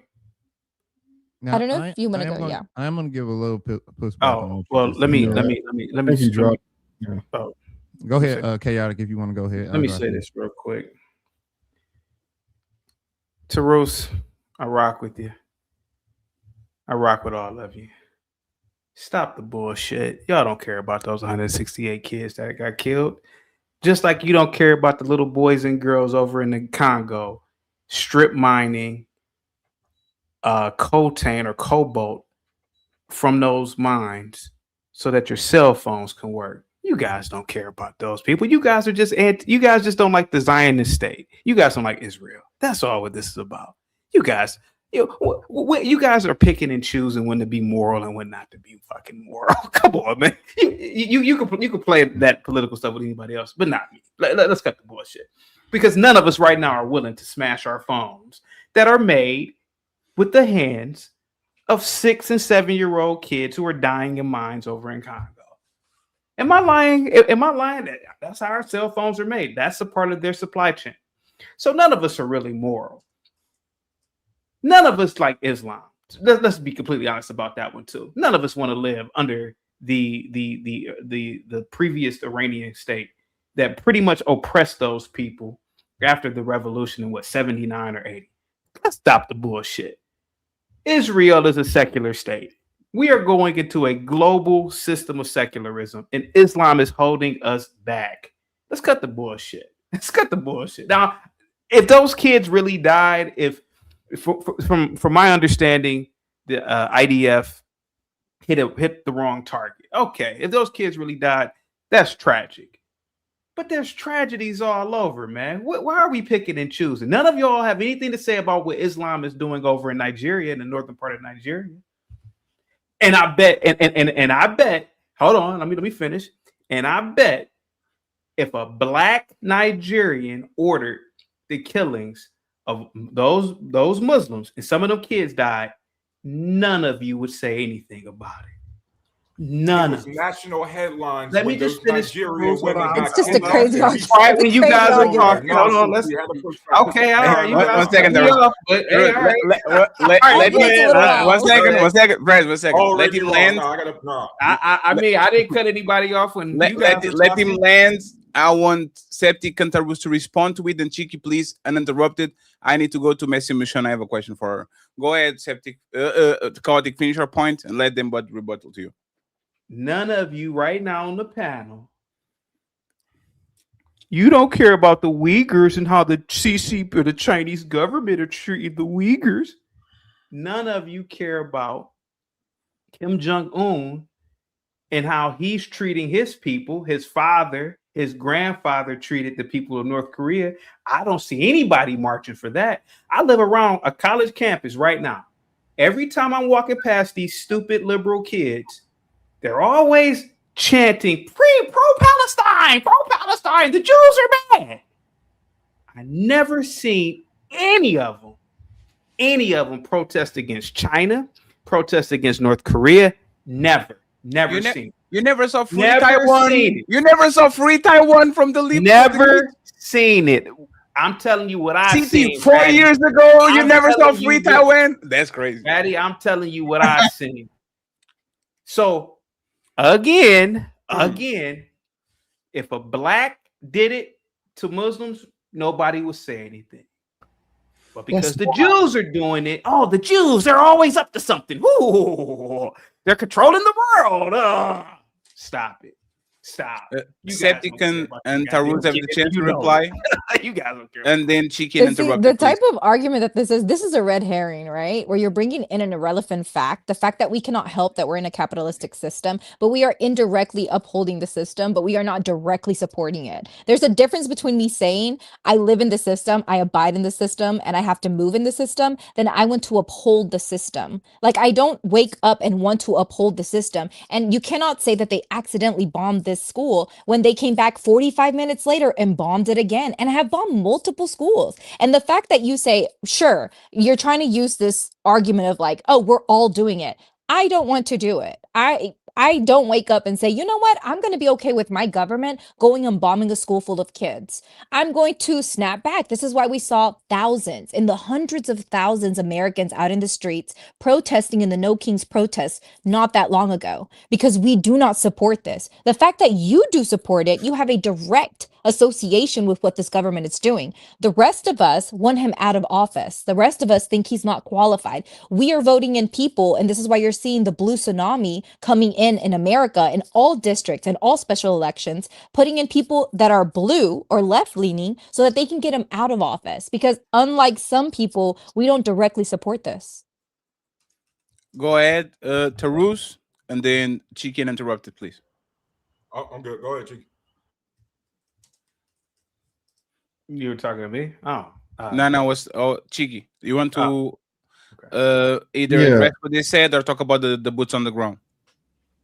You're asking if I supported the boots on the ground, right? Yes. Yeah, so no, that would be no, but I think that's kind of obvious. I don't even What do you think we think should be about there. CT comment? Y'all like, because there's 3 ex-military at least on the panel, right? Or military. Do you think, like you said, oh, y'all enlisted for it?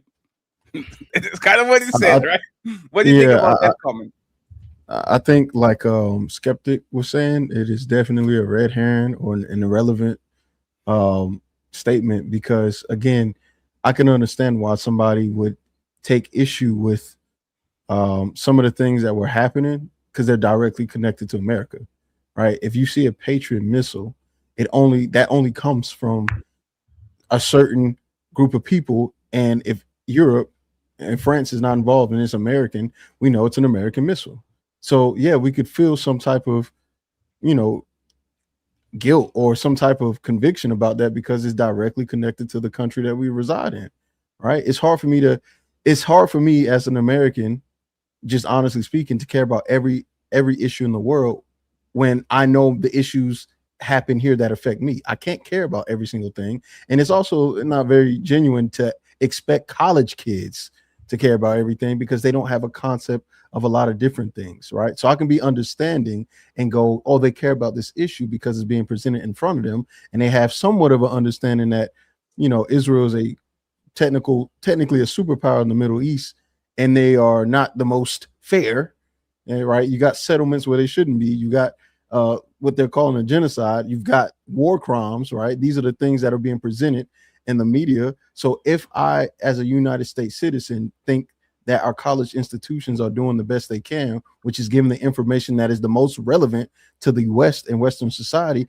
I would expect them to care about that. Why would they be thinking about North Korea or even South? Why would they care about those things when our interaction, when it comes to Western politics, doesn't really interact with them in that direct level? So no, I just think that's disingenuous to do. That's like saying, why do I not think about the ocean, although I live on the land? I live on the land. I'm not thinking about those things. I'm worried about things that concern me. You know what I'm worried about? These gas prices, right? The fact that every time I fill up my gas, I'm thinking, should I go ahead and get a reserve tank, right, and fill that up so next week it don't go up twice as high, right? That's what I'm concerned about. I'm concerned about a man who said no new wars, and yet here we are with a second war. I'm concerned about the fact that we're supposed to be America first, but we bailed out farmers in other countries. I'm concerned about the fact that all of the issues that we have is directly correlated with a man who didn't uphold any of the things that he said he was going to do, to the point where even conservatives themselves are dropping out.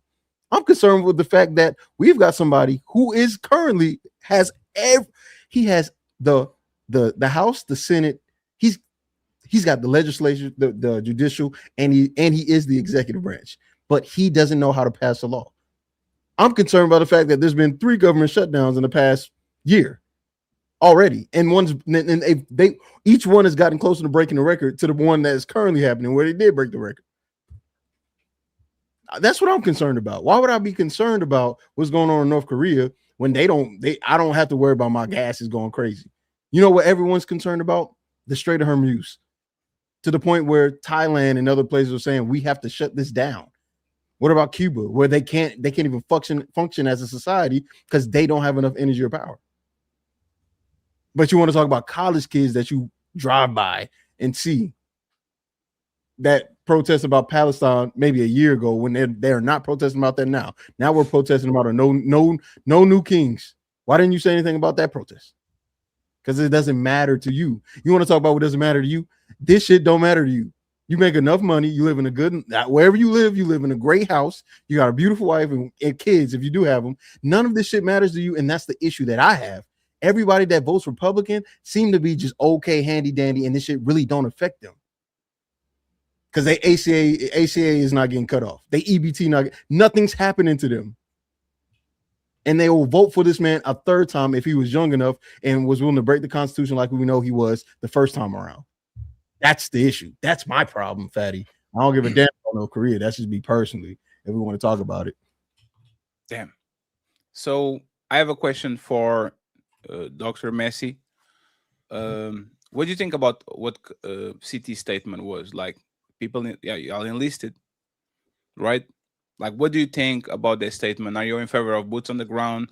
And just because you enlisted into the American army, would you be in favor of actually those troops go over there to fight a war?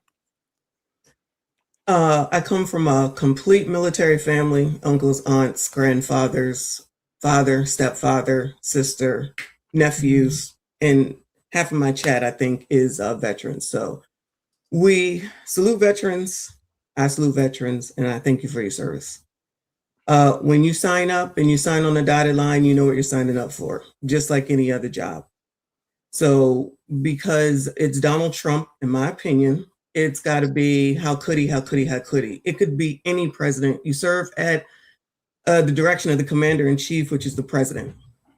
I'm sure other presidents have started wars, and I'm sure people have gone and died. Do I believe in this war? Me personally, I don't think it was necessary.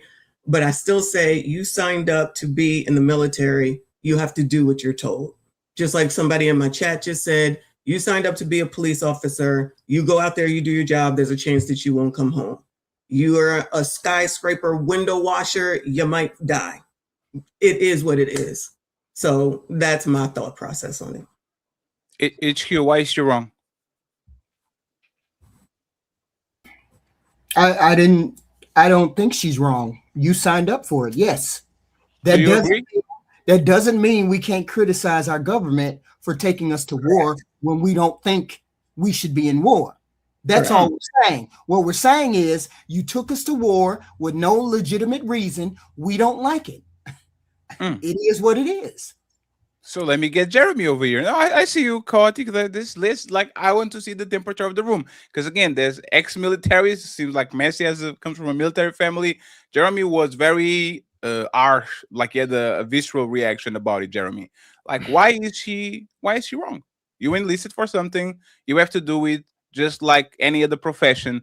You probably don't want to be on the fries, but you work at McDonald's. The fries it is. Somebody told you to go there. Like, why is the military different when it comes to deploying troops on the ground?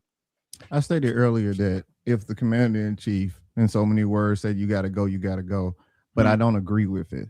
I'll also go so far as to say that why do we have things called war crimes if some things you shouldn't follow? I also add to that and say, hey, I understand that we have to do this, but if they are literally giving you directives that are not making sense and they're not telling us everything that we need to know, not saying that you're supposed to know everything, because, hey, I was in the military too. You go where you're supposed to go, you do what you're supposed to do. But this is a war. So what's the objective? The reason why I have an issue with that is because I actually have friends that are active right now, and I'm worried about them. I don't think it's right because this is not our fight. This literally has nothing to do with us. We could have just let them do what they were going to do, what they've been doing this whole time. I have a follow-up question, Jeremy. Should the United States have went to Afghanistan and Iraq? No. Ooh-wee. Damn. I guess lesson learned. Go ahead, Kartik, and then I'll ask the follow-up question I have for y'all. Fatty, you are a foreigner as far as I'm concerned. I am a foreigner. No, you're I Portuguese. were. I am. Right now it's 2 a.m. I see I see so many people in denial, not just on this panel, but just overall. It's survivor's guilt, right? It's What? hear me out. You need Just to be careful with what you're saying. just hear me out. Just hear me out. I was quiet. I had my hand raised, but I was quiet. I'm It's just letting you survivor's know. guilt. It's survivor's guilt, Fatty. It's Fatty, you ever won at something so much? It could be anything, like a video game or whatever in life, or you were number one in your class, and you looked at the people in your classroom and felt bad for them. Like, these are stupid people. You felt bad for them, right? You ever felt bad for somebody when you won something? Like you won and you felt bad because to a degree it's lonely at the top, right? Or you think that success should be shared. I'm on a panel full of goddamn American imperialists, and they're bitch and oh man, we shouldn't have gotten into this war. Can you imagine this? A panel full of winners. Well, I mean, we are, you sign up and but we can still, if we don't like something in the government. They're in denial, Fatty. My American patriots. They're in denial. We've been winning since 1776. We've been winning that long, Fatty. And to a degree, yes, Fatty, I look at the success of this great country. And then I look at other countries. I look at shithole countries over in Africa, the Middle East. I go to Google Map and say, God damn, I'm so happy I was born in America. And then even to a degree, sometimes I feel like, God damn, man, I feel bad for them. But then something hits me. Maybe this is just destiny. Maybe God wanted me to be here in this country. Fatty, there's nothing wrong with imperialism. It's nothing wrong with policing all the straits. It's nothing wrong with keeping your foot on Islam's neck. It's nothing wrong with taking oil from all these other countries. There ain't nothing wrong with it. And I'm going to tell you why, Fatty. Because 300 million Americans are going to do something tomorrow morning. They're going to wake their American asses up, regardless of how much the gas is or not. They're going to complain, oh, yeah, the straits are all choked up and the gas is $2 more. Oh, okay. Yeah, right. But this same American probably is driving a $200,000 goddamn car and wearing $1,000 worth of clothing items. They're still going to get into that gas guzzling car. They're still going to go to their 6-figure job, Fatty. Man, when I listen to these Americans, not just the people on the panel, Fatty, I'm talking about overall. It's like a Saturday Night Live skit. A country full of imperialists got their are pretending to be sad about kids that they'd never see. For all we know, it could just be propaganda. For all we know, we don't really know if those kids died or not. If all this shit could be, they make up wars. Man, the media is really good at it. This on Fox News, this white boy, he's in front of a green screen pretending to be in Israel. I was like, man, look at this dude. Fatty. It took me to be damn near 40, Fatty, to accept the fact that I am an imperialist. I am benefiting off of a government that has submarines all over. We have satellites looking at every country. We have an allied state. You think that Israel isn't fighting? Shit, they do a lot of shit behind the clothes, but they do a lot of Mossad does a lot of shit you probably wouldn't even know about. And that intel from Mossad, it works wonders for the USA. So I say have that, and I say another 300 years of American supremacy. Go ahead, guys. I'm done. Hey friends, I wanted to move the conversation, but Chaotic actually he torpedoed my hopes of this moving up. And shout out to Sean Antonio for joining the conversation. I appreciate you, brother. Friends, we are going to close the show on the Team Fatty side. Okay, there's 200 and something of y'all Right now, 900 people watching in total, so I appreciate y'all.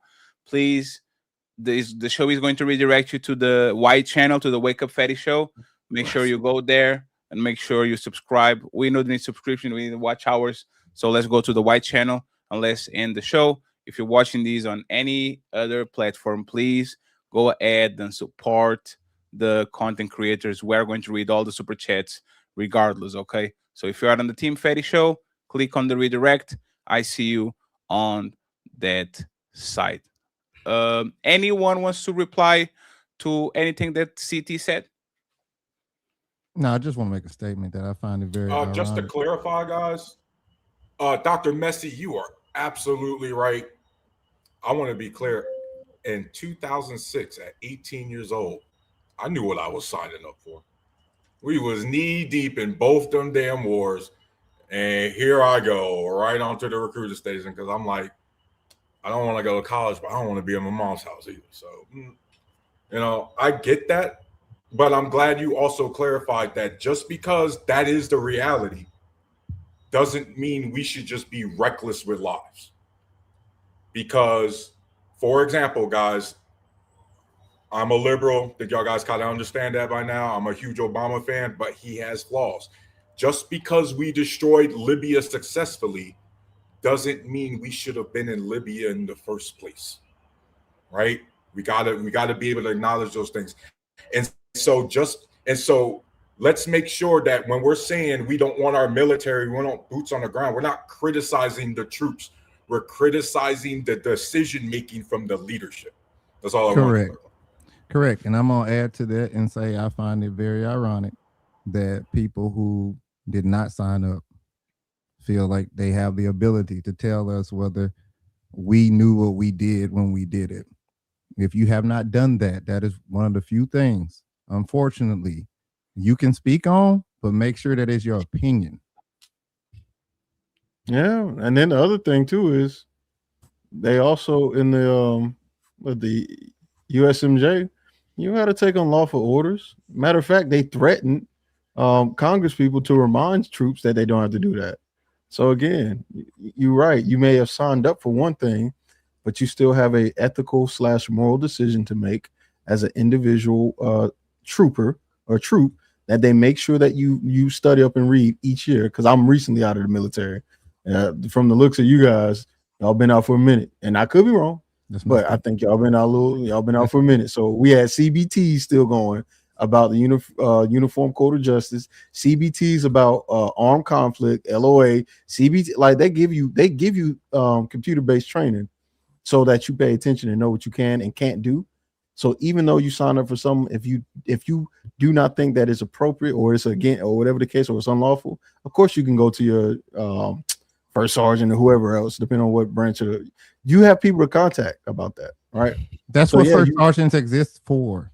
Exactly. But again, unless you've been in the military, how would you know that, right? They think it's just this mindless, but that's not all the way. I think it's a bit offensive to say that I don't know anything just because I haven't been in the military. I didn't say that. I'm not talking directly to you. I'm just saying, period, at all. I'm just saying in general. I'm not sure if Jeremy was directing what he said to me or not. But what I don't know I don't know whether you've been in the military or not, and I didn't say that you couldn't have an opinion, but it has to be an opinion. Just like if you talk about what a doctor does, if you talk about what a doctor does, and you're not a doctor, in the military, then it's still an opinion. Do with the point of what the job is and what people sign up for. Now, if people decide that they're not going to do what they signed up for, whether it's the military or anything else, the consequences are yours. That's it. That's all. I don't have to be in the military. Nobody has to be a window washer. Nobody has to be whatever to know that you can do whatever you want to do. Just be ready for those consequences. I'll say it again. Is that when you sign up for the military, you are at the at the behest. You're at the behest of the commander in chief. Which president it is. That's all. That's within reason. Within reason. I hear what you're saying. I'm not going to change what I said. I'm going to say it again. I'm just because I think you might have not heard what I said. I didn't say you couldn't have an opinion. We live in America. You can say whatever you want to say, but just know that it is an opinion. The consequences are yours. Say again. that goes along with it as well. The consequences are yours with whatever it is that anybody says. Right. And just as long as we know that you can't, if you are not a 5-star chef, you can't go in the kitchen and tell them they should have made it this way. What I can do is say that you decided to go into that profession. So whatever happens in that profession is what happens in that profession.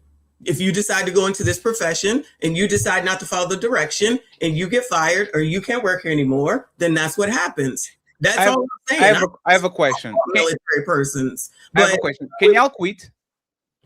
Like you are in a situation of war, somebody says something that is clearly like is justifiable. Can y'all say I quit? Can y'all do that? You can definitely not do it. If it's say that without again, consequences. Without consequences. Of course. Did you say justifiable or unjustifiable? So let's assume that you are enlisted. Here's a perfect example, Fatty. Perfect example is Pete Hegseth. You remember Pete Hegseth double tap issue that came up a couple months ago? Yes. The person who told the double tap could have said, "No, I'm not going to do that." Right. And they wouldn't have got any consequences for that. So right now, if I'm enlisted in the U.S. Army and they tell me I need to deploy to Iran, can I quit with no consequences? Can I say I don't think this war is lawful? If you have orders, can you just say no, I'm not going? If you have orders and you refuse those orders, you will go to a military court and you can be held accountable for that. Either you're going to be dishonorably discharged, which is going to ruin your life, or you're going to go to military jail. You're going to have to get a lawyer. You're going to have to try and explain via why it is that you're trying to get out. And nobody can, like, there's no certainty that you're either going to go to jail or be dishonorably discharged. In our society, if you leave the military without an honorable discharge, you basically cannot get a job. Like, you're seen as you've ruined your life. So you could have been 17 right out of high school and said, hey, I want to help my country. And, you know, this man is not in office. This man comes in office now. All of a sudden your world gets turned upside down. You get orders to go overseas and you have no option, basically. Go ahead, Tarus. Just to clarify what we mean with illegal orders, Fatty. Deployment orders are orders. Those are lawful orders. You have to follow those. And let's be clear for anybody that wants to try to play semantics. Let's get it out the way now. We haven't formally declared war in this country since 1942. Yet that hasn't stopped us from getting in the Korean War, the Vietnam War, the first Gulf War, and all the other wars since then. So let's not play any games with the technicalities. What was the initial? What was the initial pushback, Jeremy? With the I have to actually I actually have to defend Dr. Messi on this, Jeremy. First and foremost, bro, they pay our fucking bills, son. Like, how can I tell them they can't speak on what we doing? You know what I mean? Like, just respectfully, bro. What I look like telling my American citizen who has helped me since 2015 when I got diagnosed with 100% combat PTSD. They've literally been paying my bills since then so I can finally be functional for my family. But I look like telling them they can't speak on the military. So we're not going to move the goalposts, though. He never said that. You never said that. Yeah, we're not going to move the goalposts. Yeah, he never said that. He never said that. But you're criticizing her for saying you can't criticize the military. That's not what I said. That's not what he said either. He didn't say that. So either. I'll say it again for the 5th time. You can say whatever you want to say, but make sure it is your opinion. Don't state it as a matter of fact. Now, I will keep saying the same thing because unlike most people on these panels, I'm not going to let you twist my words. I thought about it. I said it. I stand behind it. That's it. Okay, so based on the lawful order, what Dr. Messi said was still a fact, though, right? If we're going to stay, we're staying on the topic, right? So if we're staying on the topic, I wasn't even talking to Miss Messi. That's why I was confused about the whole reason why Dr. Messi wanted to address me. I was talking to Mr. CTL down there because he went on a rampage, and I responded in a way that I thought would be a respectable way. Did I feel a type of way about it? Yes, I did. But I thought I conducted myself fine. Apparently, I didn't. But I'm still going to say what I said. My bad, bro. I can see. My bad, Jeremy. Hey, guys, my bad for getting it wrong. My bad. Look at y'all being grown adults and all that. Sean, how you doing, brother? I'm good, bro. How you feeling? I'm doing great, sir. Thank you very much. I have 2 questions for you, Sean. Okay. Do you think the United States should send boots on the ground? And the second part is Messi mission right? If you're enlisted for the military, either be something that you agree or not, you should definitely grab your bag and get on that plane. We should absolutely not have boots on the ground. I think that's sending people into an unnecessary death. I don't care if it's one person. I don't think that we should be in whatever they want to call this, a conflict, a situation. We shouldn't be there. We shouldn't be the people's bitch that we are. We just shouldn't be spending American taxpayer dollars for that. Because at the same conservatives that was whining about sending money over to the Ukraine war now is silent on the fact that we still sending money to the Ukraine war and spending even more on this war, right? The same douchebags, conservative douchebags, are now silent. That's so weird to me. So no, we shouldn't send people to a death that has for some shit that has nothing to do with us. And my bad. What was the second question? The thing is, I you know, from everything I've heard, and I defer, of course, to these the heroes up here, man. Yeah, if something goes against what you think is right, then I think you should exercise whatever right they have, you know, to not do it, you know, to the degree that you can. I don't know. I've never been in the military, so I got to defer to them on that. Okay, that's fair. Oh, yeah, my bad, Fatty. I'm sorry for going off the tangent. So no, it's fine. It's fine. When it's the rules of engagement and like the illegal orders. So I have to take the deployment orders, right, Fatty? But if my direct chain of command tells me, "Hey, you got to shoot this kid," I could be like, "No, absolutely not. That is an illegal order. Like, hey, you need to go hit this guy we already tied up. You need to go hit him with your rifle." That's an example of a legal order that the UCMJ demands that we don't follow. You get what I mean? It's so that's what they mean by not following illegal orders, is that sort of things. But in general, when your chain of command tells you to do something or go somewhere, you got to do it. That's I don't know if the system is the same, but like because we don't have like the culture, like people in the military in Portugal or in Europe are not respected like that. See what I'm saying?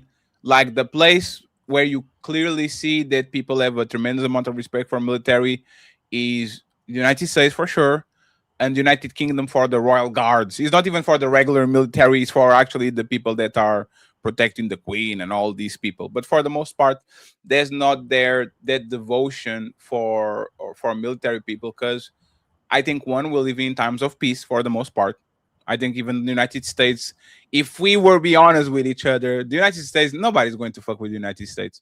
Like even the most nastiest cartels that are 3 miles away from the border, they know exactly where the line is. They know, oh, I'm not going over there. We might go anywhere in the world, but we are not going to go over there. So I kind of understand how people get so like have such a sense of pride when it comes to US military. I just can't see it. Like I respect firefighters because every fire they go, it's definitely a benevolent situation. Like 9 times out of 10 is a flood. You know for a fact these men are going there to save people. When it comes to the military, is a wishy-washy situation, because you can tell me the Israeli military is doing some righteous things. You can tell me the Nazi military was doing some like, see what I'm saying? Is all about aggression. Is power good? Depends. Are you the Avengers or are you Voltron? Right? What are you using that military from? So I don't think just because you are military you are automatically honorable. I think it depends on exactly what you're doing with that power. So we're going to leave it at that. I have a question, and look at Taruz and his wonderful neighbors with 3 dogs. Hi, neighbor. Nice to see that's you. my daughter, man. Yeah. Oh, that's your daughter. Question for y'all, right? Who is going to pay this?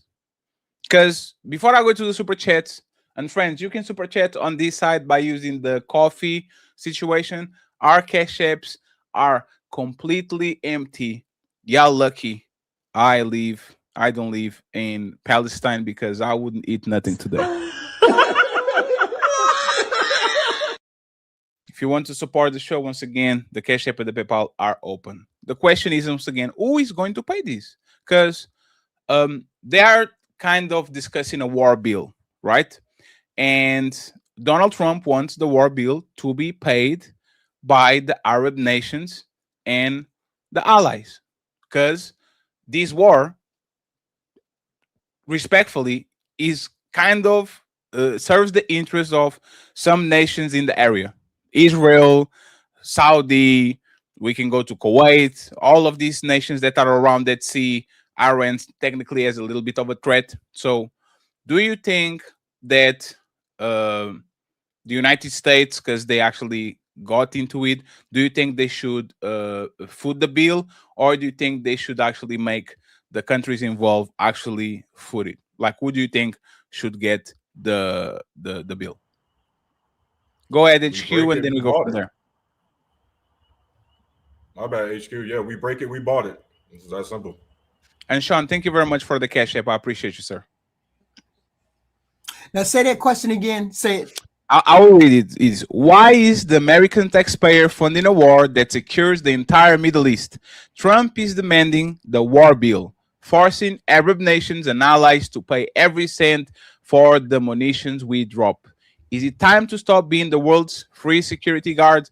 Do you think the United States should foot the bill, or do you think we should pass the bill to those countries and those regions that actually are being secure because the United States make sure that there's no conflict around? We should foot the bill. We started the war. That's just like spending all the money and then turning around and asking the people you gave the candy to, well, now I need the money back because I gave you candy. No, we are the ones who started the war. We are the ones who used the ammunition. We are the one who was responsible. So nobody else is responsible for that. If you could not fund the war, then you should not have gotten into the war. I disagree with you, HQ. Oh, let's go, Sean. Let's go. It's time. You know who should pay for it? Our daddy. Y'all know who our daddy is. Oh shit. The motherfucker that put the battery in our back and got us over there. Them people. They should pay for that shit. Our daddy should pay for it. Israel? Yeah, they should pay for it. Because we breaking shit on their behalf, right? We cracking motherfucking heads on their behalf, right? We trying to put belt to ass on their behalf. Why don't they pay for that shit, right? Why not? This ain't what this got to do with us. I know my good fraternity brother, Chaotic Truth, you know what I'm saying? Like he would usually say, you know what I'm saying, we should stay out of these goddamn conflicts because fuck them people over there. So I would think he would agree with me on this. What do you think, CT?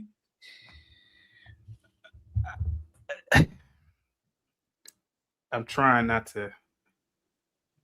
I don't like Islam, you know. So Muslim too. So maybe this is not a good question for me. Oh no, particular people, because I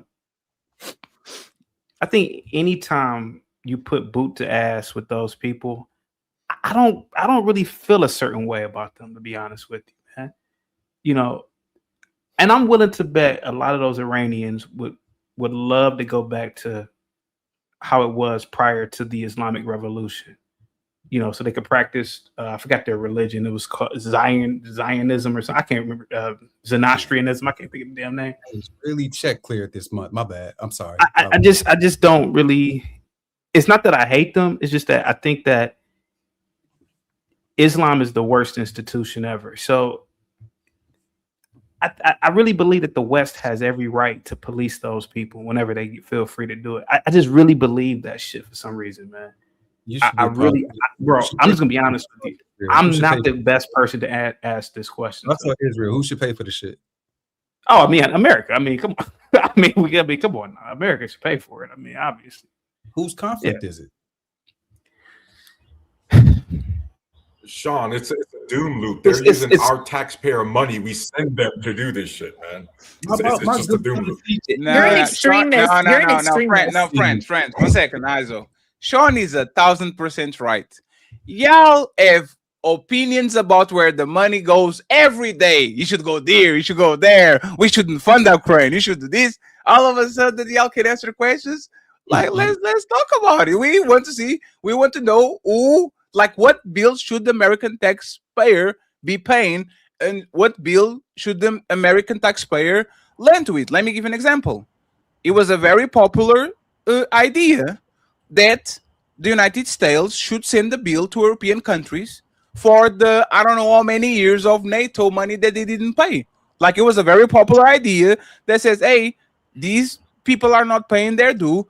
Please send the money, because the American taxpayer shouldn't be paying for things that the other countries are not, right? US aid, which in my opinion was a tremendous shot in the foot, because now the United States don't have soft power nowhere in the planet. Like, there was a bunch of cuts that Americans are like, we are not going to fund trans therapy in da da da da da. Can we have an honest conversation about this money and who should pay it like we have all the time, or are we going to play the code and politics? Fetty, before I forget this real quick. The obvious answer is we all know the taxpayers are going to foot the bill. Sure, we all know the yes. Every last one of us and everyone watching the show is paying. Yes, and I see you, Septic and HQ. Please don't forget what you were going to say. Make notes. Go ahead, Chaotic, because please answer the question. This young lady below me, Skeptic, said something very interesting. She says, and I'm quoting, "You are an extremist." Think about this. Here goes a wealthy American sitting on the panel having third world savior complex, right? Over in Iran, Skeptic will have to be covered up. Over in Iran, Skeptic wouldn't talk to me. She wouldn't talk to Sean, Tarus, Fatty, Cheeky. She wouldn't be able to talk to us. Yes, she would. No, she. Iranians are Persian. They are not the Arabic fundamentalists. Like, Arabians are Persian. And what's funny, I used to be part of a Muslim sect when I was a teenager, and I did this willingly. I covered my head. I used a hijab. I actually used long sleeves from the top to the bottom. Like, wasn't done talking. Yeah, you are an extremist. You're a Christian extremist on the opposite side. If you were Muslim, you would be the extremist on the other side that would be saying, I'm okay with Christians dying. I don't care. I'll let you reply, CT. Go ahead and interrupt it. And then HQ, please.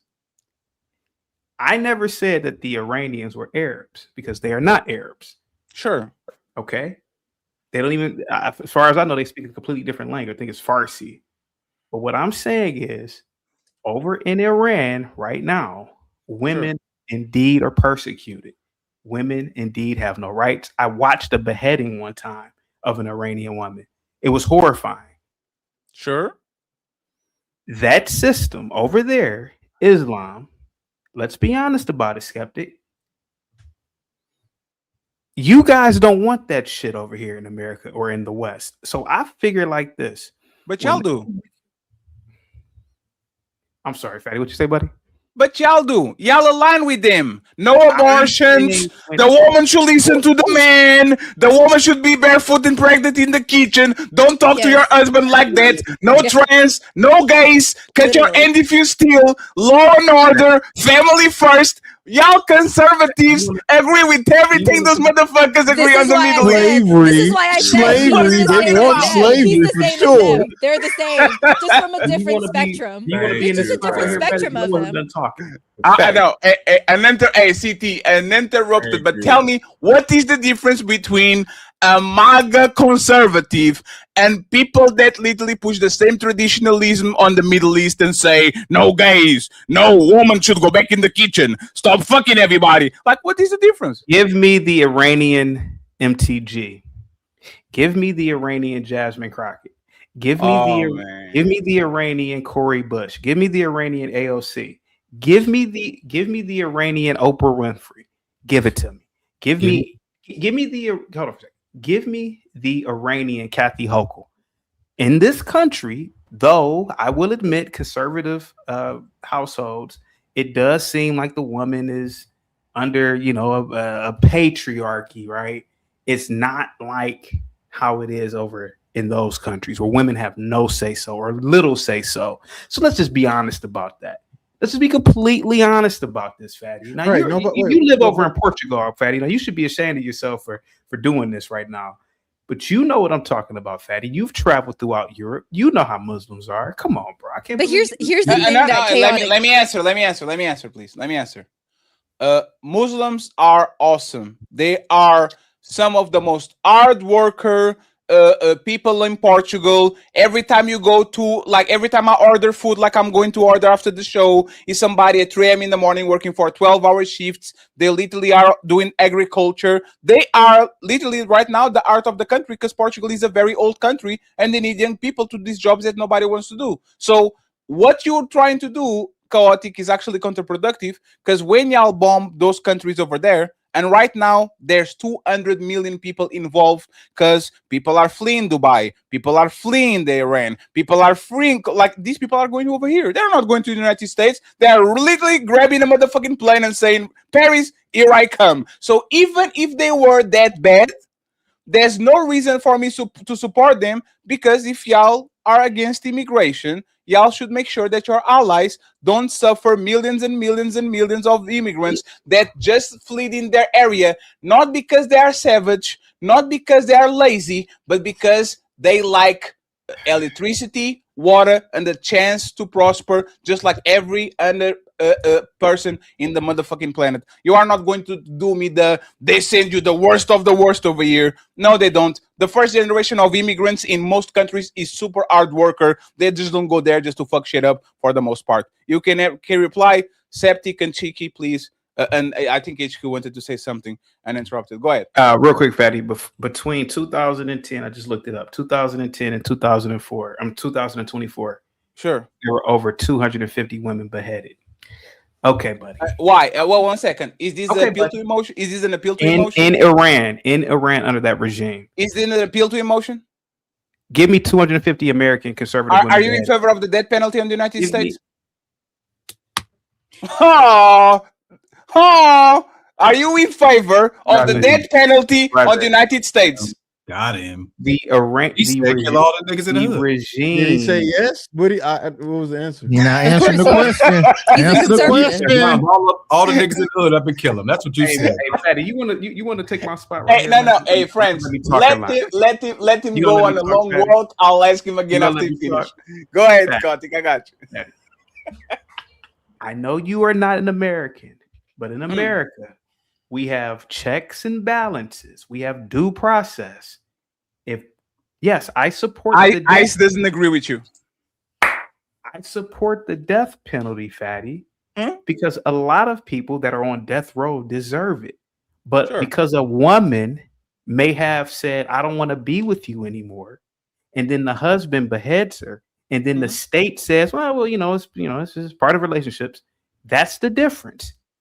That happens in Iran. I saw a beheading of a woman who didn't want to be with her husband anymore, and he chopped her fucking head off. And he was walking around with it. It was horrifying.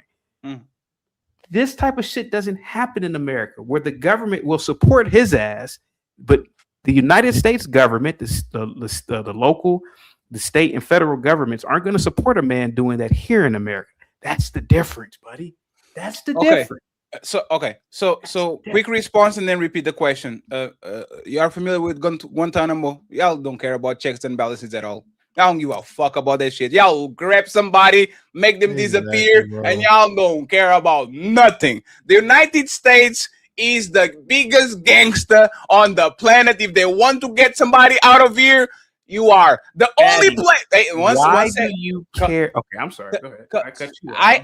I care because you said I care about checks and balances. I'm just using your own words.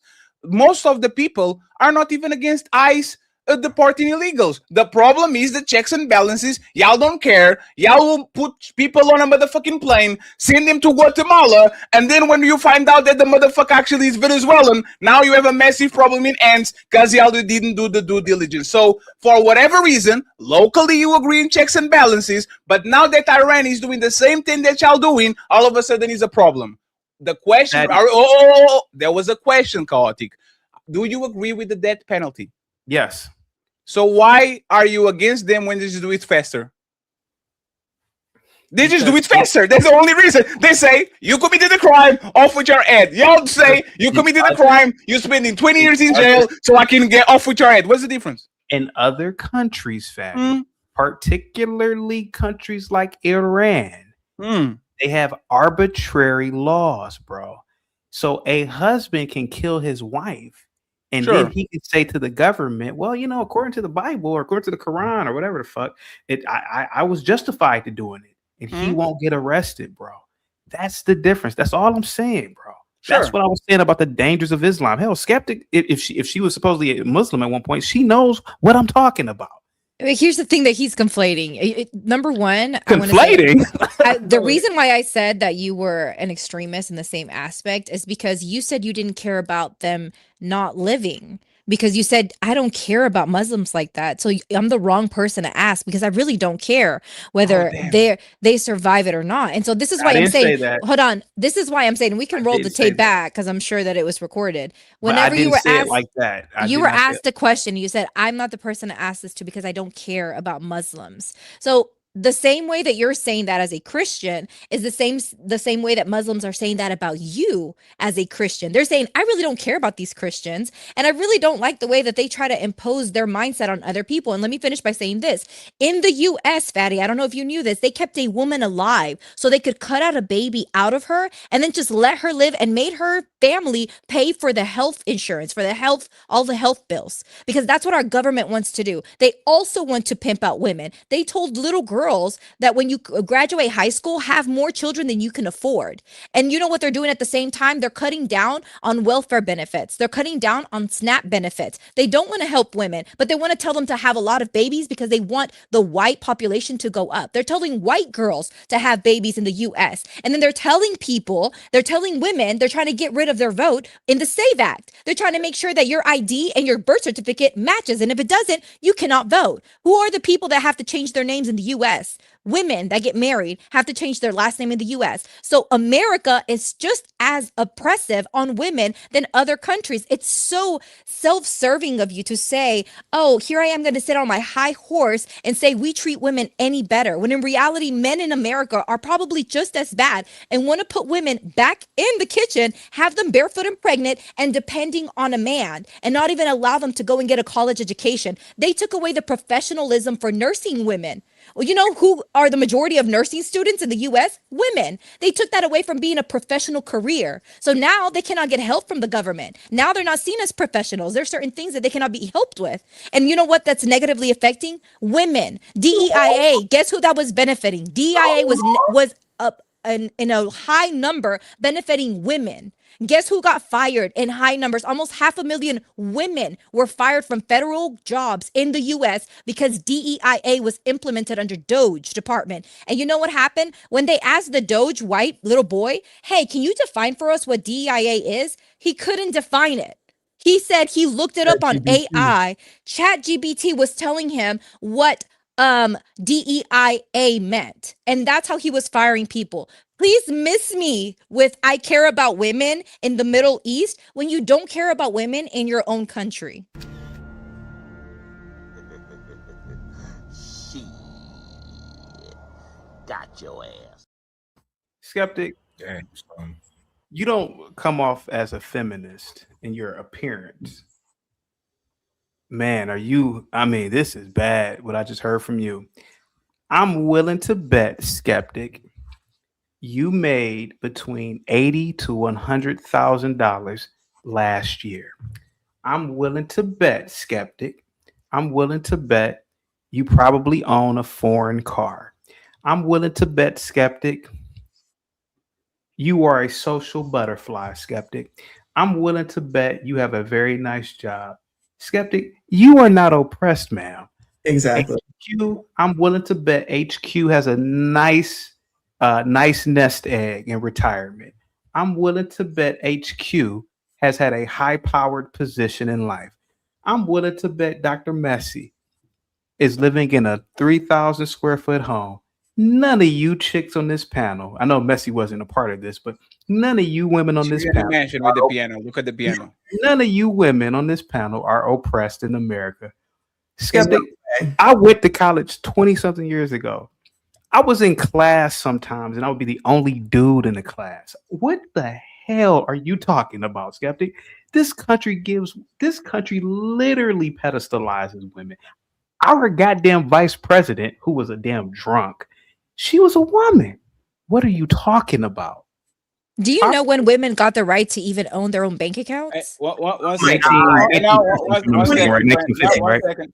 I allowed CT to do this the whole show. CT, do you care about Muslims? Yes or no, please? Because this is actually, to me, was the most powerful point she made. You say you don't care about those people, but then you say, look at the Iranian woman being beheaded. So can you answer that question, please, CT? Do you care about Muslims? Yes or no? I'm going to say this, and I'm going to say this again. I truly believe, as an institution, Islam is one of the worst institutions in the last millennia. Okay. With that being said, the human being element behind it, of course, if I hear that 125 children are killed, of course, as a human being, I feel a certain way. You said you didn't care. I did not say I didn't care. You said nobody here cared, actually. You said nobody. You said nobody cared. You said it. Do you guys want me to go on mute? Because I go on mute.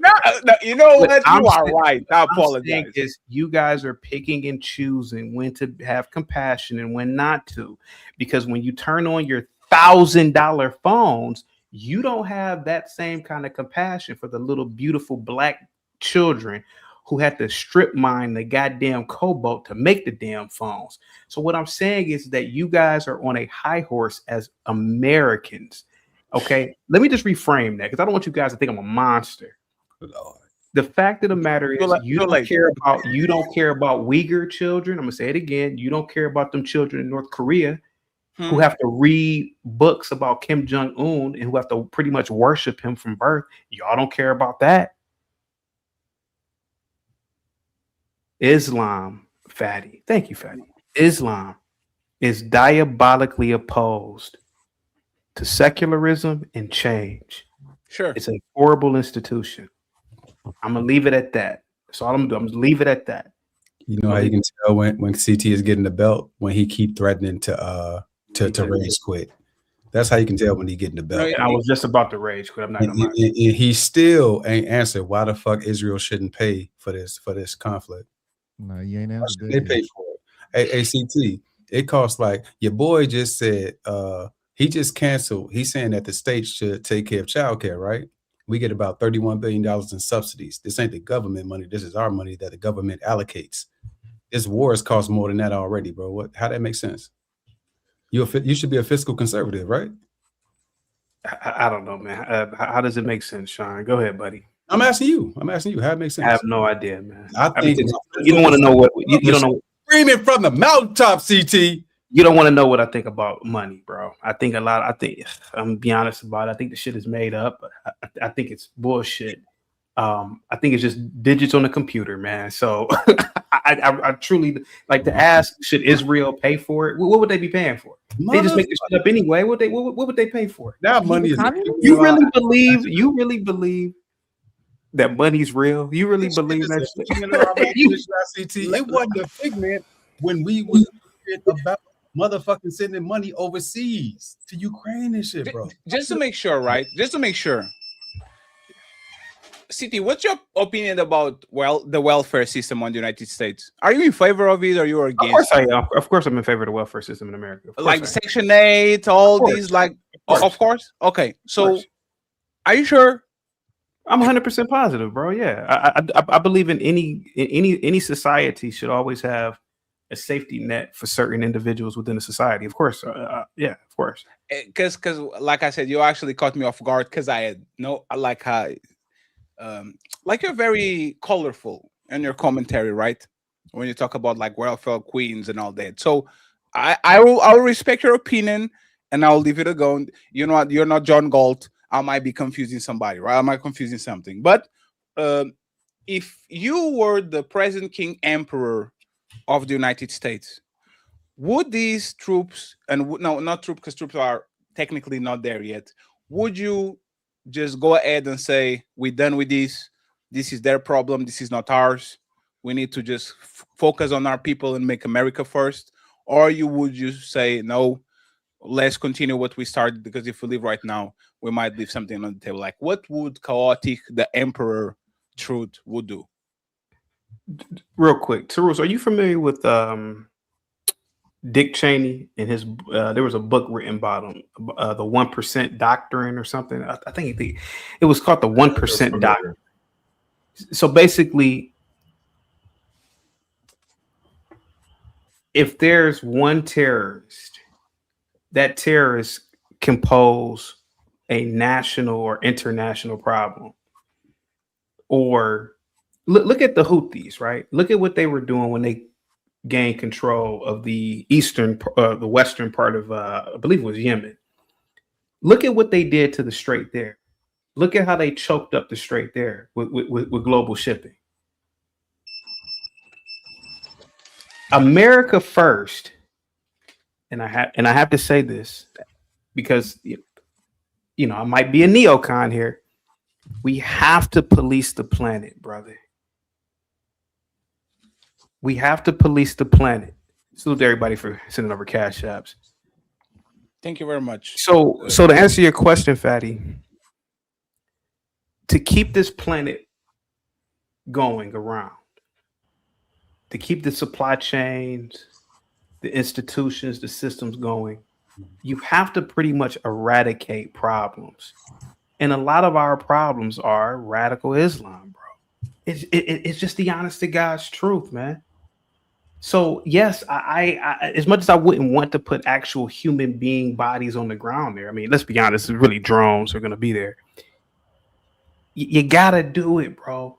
Dick Cheney even talked about it. Man, I hated Dick Cheney when I was in high school, man. But when I got older and smarter of how the world really works, man, what they're doing in Washington, man, is pretty exceptional.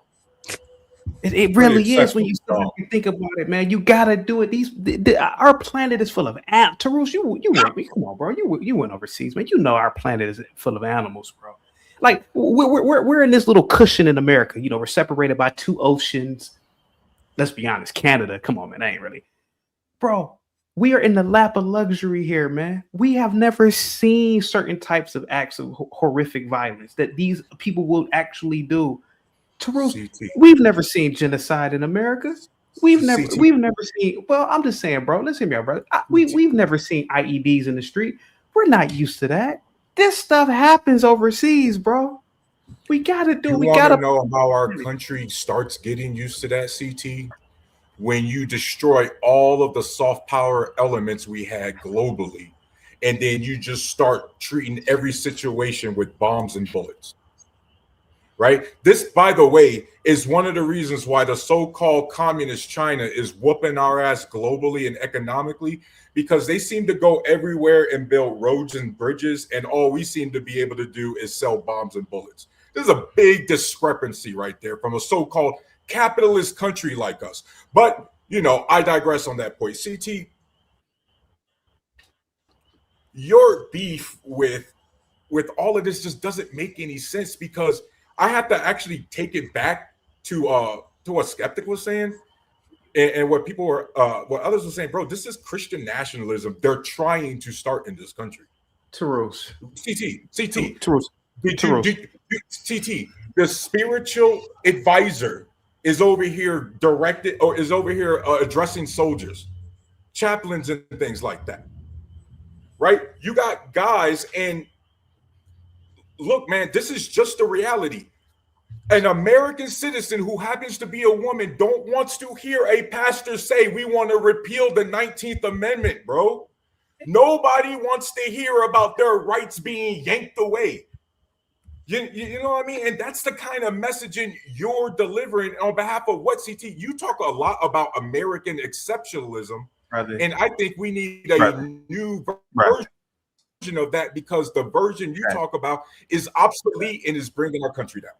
Fatty, you and I both know women shouldn't vote, bro. You and I both know that as men. I don't agree with that.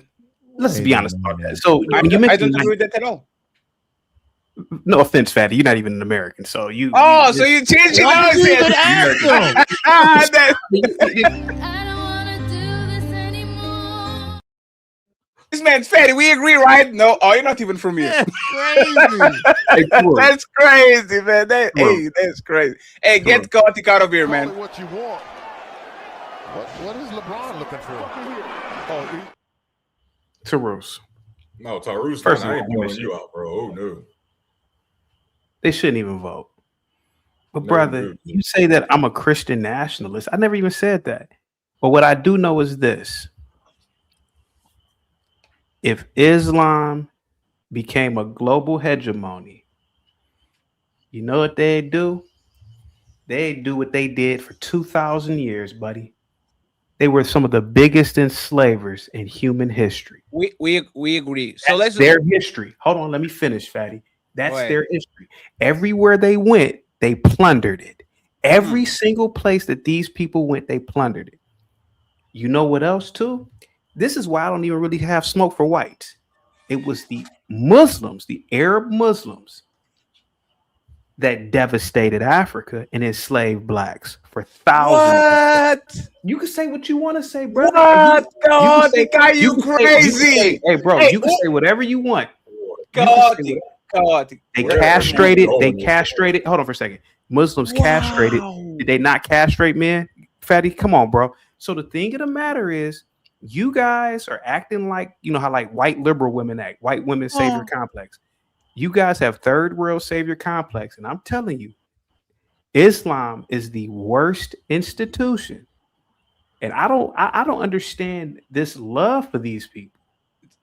Respectfully, I just don't understand. God, take respectfully. Look at what they're doing in Nigeria. Look at what Muslims are doing in northern Nigeria right now, bro. Look at what they're doing in Nigeria.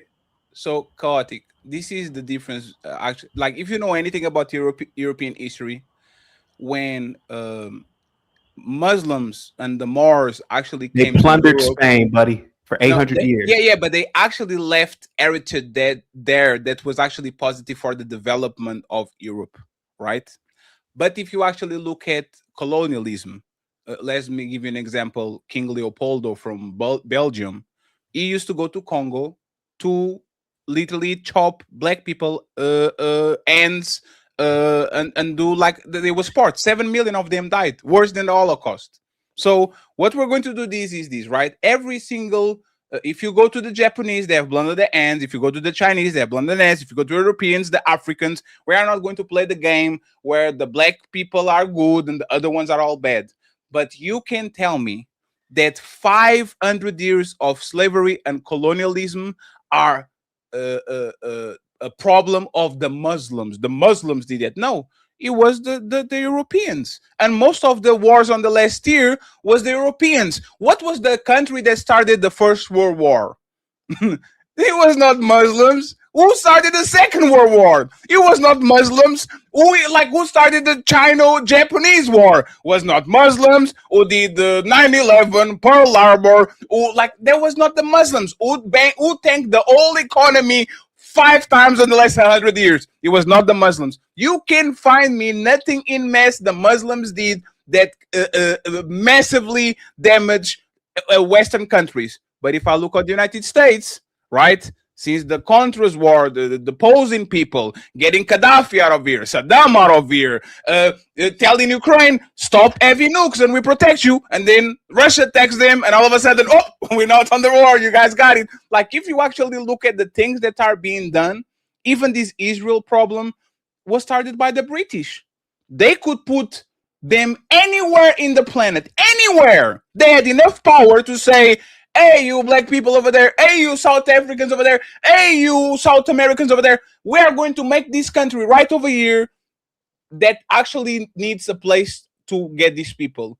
And they gave him the worst place possible based on some historical document that nobody recognized because might be make-believe. Respectfully, man, chaotic.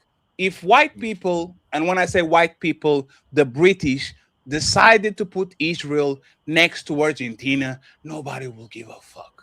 Everybody will be safe.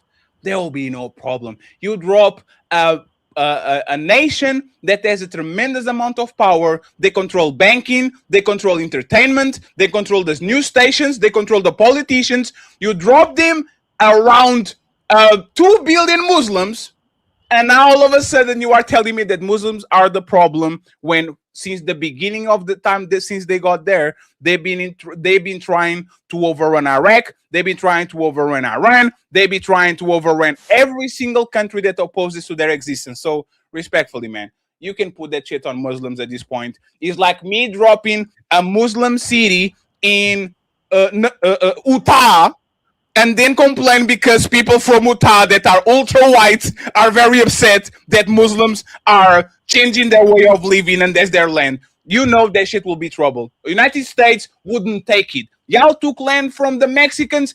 If Mexico decide to take Texas back, you will fuck him up so fast it's not even funny. But now all of a sudden the other people have to take it because they believe on an inferior religion.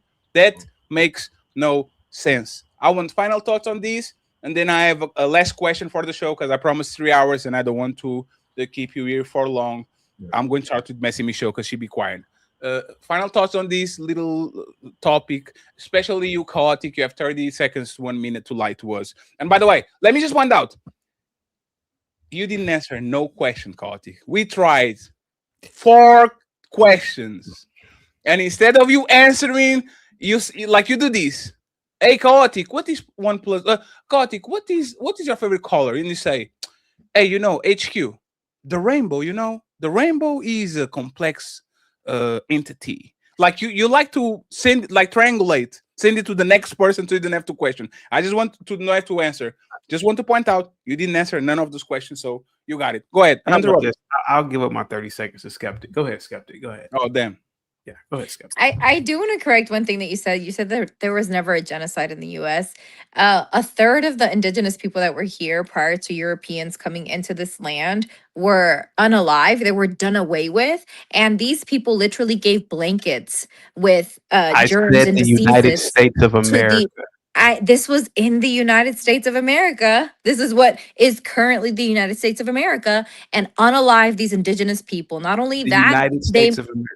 Yes, this was in the United States of America. After the inception of the United States of America, they were still under British rule, but still, it was the United States of America. It is part of the history of this nation. And not to mention the fact that when you talk about the transatlantic trade that was brought here, when you talk about black codes, when you talk about Jim Crow, when you talk about the bombing of Greenwood in Tulsa, Oklahoma, when you talk about all the lives that were taken in the South by racism, what are we talking about? There has been plenty of genocide in the United States of America. It's a slap in the face of the history of the U.S. to say that there hasn't been a genocide here. There has been multiple genocides done by white men, particularly in the South, particularly towards people of color. So yeah, it has happened here. Skeptic, do you know that since you're so smart and you know everything? I never said the definition of genocide? No, I got that from Precious in the movie Precious. Never said that. I'm not a self-proclaimed. I'm not a self-proclaimed intelligent person. I'm just saying. Do you know the definition of genocide? Do you know the UN's definition of genocide? No, I do not. Okay. So there give was it no to genocide us. in the United States of America. The United States of America was founded in 1776. The Constitution, was ratified in 1789. The importation of Africans ended in, I think, 1812 or something, right? With 20 years after the country was founded. When you talk about the blankets with the Indians, ma'am, that second grade story told to us may or may not have happened, but that happened. We know by journals. We know by journals of the people that came here during Beacon's Rebellion that they told us themselves. They told us they told us. I'm telling you by historical evidence that I have that I've read. Before the United States of America was founded. That's what I said. The United States of America. I gave you 2 examples. I gave you, and I said the inception. I said from the beginning of this country even becoming, it was colonies here, and it was in the United States. It was what is now the United States. So it is historically relevant to us to put it like that. Ma'am, what happened at Tulsa was not a genocide. 3 or 4 Negroes being killed, and whites were killed too. That's not a genocide, ma'am. It was not 3 or 4. It was a whole community that was killed because a Let's white say- woman let's say- falsely accused a black man of Let's something that was say- not true. Let's say it was 50. It's still not a genocide. What is the happened in number? What is the Rwanda- number? It was a whole part of a city in Tulsa, Oklahoma that was bombed. It wasn't just Ma'am, shooting Tulsa, with guns. Oklahoma- It was bombed. Ma'am, you And think that there that is was a a whole hold metropolitan on. city? I've been there before, actually. I go to Tulsa once a year, and we you go were to there Greenwood. 100 years It's called ago? Greenwood now. Yes, I do know what the You were in whole Greenwood area 100 is. years ago when it was. So it I've had been to Greenwood skyscrapers? now, and I've read the history Why? of Greenwood. They were Why? bombed. They were not just shot up. It was multiple parts of the city that was A bombed up. genocide, skeptic. Right, but I'm Wait, just wait, wait, letting wait, you wait, know. wait, wait, wait. You Why, said why do you distinguish the United States? Right? Are you talking about like when it got independence from Britain? Are you Yes, saying the United States of America, as an entity, started in 1776, and 1789. And there, Okay, so there wait. wasn't a bunch of massacres in like Wait, hold on, California no, and shit. wait. So if that's the California case, wasn't a state. if Oh it- my God, Fatty, what, this is give me the year again. Hold on, let me know the year so I make sure I'm doing my research correctly. You said what year again? the Constitution was ratified in 1789. So technically, the United States did not really start functioning as an entity until 1789. 1830s, Trail of Tears. That's not genocide. Oh, Here it is. I'm going to read the definition of a genocide. The The definition genocide, is a many deliberate killing of large number of people from a particular nation or ethnic group with the aim to destroy the nation or group. And you mean to tell me that hasn't happened in the United States? Like, what are You we mentioned Tulsa, Oklahoma, man. That's 40 people. I being killed. mentioned the South during Jim Crow and black somebody just codes in ask America AI is what real I quick. mentioned. Yeah, You mentioned genocide, Just man. ask AI real quick. The black. okay. Okay, so let's assume that there were skeptic. Let's assume that there were black codes. Where was the genocide, ma'am? Hold on. So wait, number one, you're saying let's assume as if black codes and Jim Crow didn't actually happen in the South. There were hangings. There were literally there was the hanging migration that criminals, happened after the Civil War when people wanted to flee the South because they wanted to be free. And the South, the people that were these racist white men were killing people in large numbers for moving out of the South because they wanted to keep people here in the South to work for cheap. As cheap labor, even after being liberated. Ma'am, what was the name of the period? Like, are we okay? What was the name of the period after slavery, ma'am? I said black codes after slavery. What was the name of the period after slavery? It begins with an R word. Reparations. Reconstruction. Reconstruction. Sorry. Reconstruction. Ma'am, blacks. But what does that have to do with what I'm saying, though? Okay. Because you pivot a lot. You're kind of like hard to like. You pivot Black all the time. people didn't very start slippery. really leaving the deep South until the 1930s. It's called the Great Migration. Up until the 1930s, man, blacks weren't really fleeing the South. Okay, so hold on. When you mention hangings, let me just finish. When you mention hangings, ma'am, supposedly there were 4,000 documented hangings between 1880 and 1920 or 1930, ma'am. Ma'am, you got cities in America right now that have 500 and 600 in the homicide rate for blacks. Is it plausible to assume, ma'am, that a lot of those hangings were these Negroes were probably just criminal ass Negroes like George Floyd, and people got tired of their asses in them towns? Is it possible to assume that, ma'am? Is it possible to assume? I'm gonna that time we out have because this is George wild. Floyd ass Negroes in the South. Bring and in people in the HQ, town 'cause were I- tired of this mother effer and just hung the mother effer. Yeah. I just So think- the I think Hold on, we've let's been skip it. asking Hold the on, wrong skip it. questions. Go ahead, Chief. Go ahead. No, That's she wild. missed the microphone. No, Go ahead, that's Chief. wild. No, go ahead, Chief. You go ahead. Yeah, I just said we've been asking the wrong questions. We've been asking if he cares about, Muslims, and we need to start. Do you care about black people or Native Americans? Because I think he's made it clear he don't. Man, we know we've been around CT long enough to know the real answers. I care. At the end of the day, Chiggy, at the end of the day, I only care about my White wife, Americans. my mother and father. Those are the only only black people that I should only care about. Now, when it comes to tribalism, yes, I will identify as black. But sir, there is no banks. There are no other institutions that I can go to as a black that are controlled by blacks. There are no black safety net institutions for me. So I don't have to have an allegiance towards blacks, even though I do. But You're the right. thing You're right. is, So, the thing is that uh-huh. I'm looking at this woman right here, Skeptic. She's a nice woman, very smart. It's like we are pissing on the greatest country in human history. Like we're trying to figure out something to say about America. Oh yeah, remember this, remember that? No, this is the greatest country. This is the country that gave peasants, nobodies, an opportunity to be somebody. And this is what we do to this country, Skeptic. This is what you're gonna do, Skeptic. You're gonna bring up Tulsa, Oklahoma. You're gonna do that. Are you really gonna do that today? Wait. Why we ask? Why do you? So we're not going to let you ask questions and you're not answering any. Do you think that Israel? Do you think that Israel deserve reparations for their agendas or for the Holocaust? I believe that any survivor of the Holocaust is deserving of reparations. Yeah. Do you think black people deserve reparations? I'm 100% pro reparationist for blacks. Absolutely. I've done episodes on that. I've done shows on that. Cheeky. Okay, so now we got to ask the last question. Why shouldn't Israel foot the bill for the Iranian war? I never said America. I never said Israel. I never said Israel should. I'm just asking. I never said they shouldn't. I think that they should.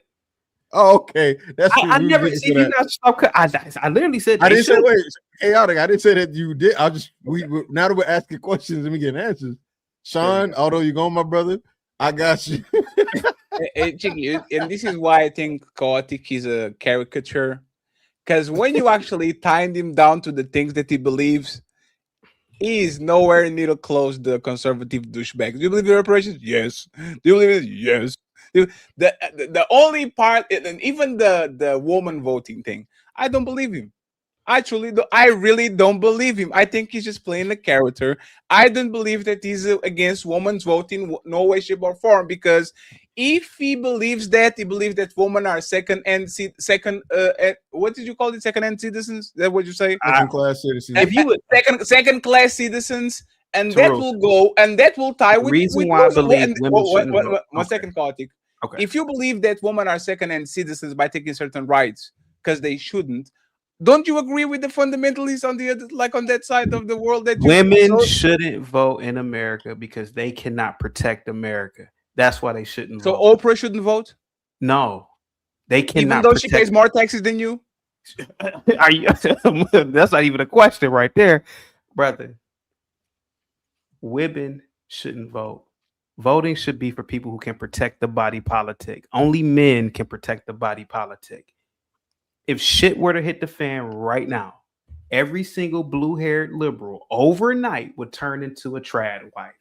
Women can't protect the body politic. So if you are a WWE diva, you can vote. If you are like China, if you are Ronda Rousey, you can vote. I'm gonna say this again, man. Just because Ronda Rousey can beat up other women, and I ain't gonna lie, she can beat up. Hey, I guarantee you, she probably could beat me Okay, up. now. But brother, tread lightly. Overall, even women know this. They can't protect the body politic. Politics should be for men, not women. Yeah, but you didn't answer my question. That's crazy. I just did. I said they shouldn't vote. No. Like, okay, they shouldn't vote because they can't defend themselves. Andrew Wilson. No, I didn't. Andrew Wilson is a man. He can open a pickle jar. Like, if you can open a pickle jar as a woman, should you now be able to vote? I know that you're Portuguese and you don't know some of these words. I didn't say themselves. I said the body politic. I will ask it again. Okay. We had, like, for example, the most powerful person in the European Union in the last 20 years is somebody called Angela Merkel. She was she is Germany. She was the German chancellor. She did a tremendous job. Like, she killed it, right? I believe that you are competent enough to be elected an official, or to, like, you showed that you actually can prove that you're actually competent. I think you believe to do that. Like, Chaotic. Germany, do you believe in exceptions? America. No, do you believe in exceptions? Let's do it in the United States. Do you believe in exceptions that, let's go with baseline, women shouldn't vote, but if women are actually able to beat your ass, if women have $1 billion, if women are great contributors to society and inventors, they should be allowed to vote. Is there any exception that you would allow? before we go to super chats? Obviously, man, there will be exceptions under any. Obviously, Fatty, there be exceptions, right? I mean, you mentioned Oprah. I mean, my God. I mean, you are correct. There's handicapped. But what I'm saying, but what I'm There's but what I'm handicapped men. But let me just finish. There's handicapped men. What are you talking about? So those men shouldn't vote? Again, whether these men are handicapped or not, men can protect a society. I'm sorry, men are physically stronger. Men build. Ma'am, HQ, stop for a second. HQ, stop for a second. Hey, Kartik, I don't want to interrupt you, Kartik, right? Last of your two presidents are literally one fall away from death. Like Joe Biden and Donald Trump are literally one wrong foot on that step to just go get out of here. And they are the most powerful people on the planet. They are the representation of physical incompetence, but a tremendous amount of power. And I can't even vote on motherfucking Jasmine Crockett because I have a vagina between my legs. How the fuck does that work? Hey, by the way, let me 1 second. Let me ask you this question. Kartik, please answer this, right? Let me pick somebody on the chat. Hey, Jazz Noel. You know Jazz Noel, right? You know Jazz Noel? No. Okay. Do you know? Tell me one person that comes to your show on a regular. Oh, the Rebecca girl, that white girl, the big girl with the big girl. You know her, right? From the Gospel of Bob. He's like a white girl, like a big girl. RBN. Are you RLM? Yes, you know her, right? Yeah. Can she beat the shit out of Joe Biden right now? Are you asking me, can a woman who's 30 can Rebecca beat the 90-year-old man? Yes, beat the shit out of Joe Biden right now if they do? But Fatty. So she can vote. Fatty, can I ask you a question, Fatty? Sure. See, you're not an American, and this is why I get a little offended when you talk about my country. Damn. In the 1800s, men built one of the greatest American mega projects. Do you know what that project is, sir? X-Files. The Erie Canal. Do you think women could have built the Erie goddamn canal? Do you know the function of the Erie Canal? Do you know why the Erie Canal is so important to America? Do you know why? No, explain to me. The Erie Canal opened up passageways so that trade could happen between the cities. They literally terraformed a landmass. That's the Erie Canal. Sure. I think it took 10 years to build it. Sure. Do you think women could have built the Erie Canal? Do you think that little women could have gone out there and built that shit? I don't, and I get your point, but the problematic part with your statement is that I know enough about you. You keep saying that current Black Americans shouldn't be living in the past by the things that happened to their ancestors.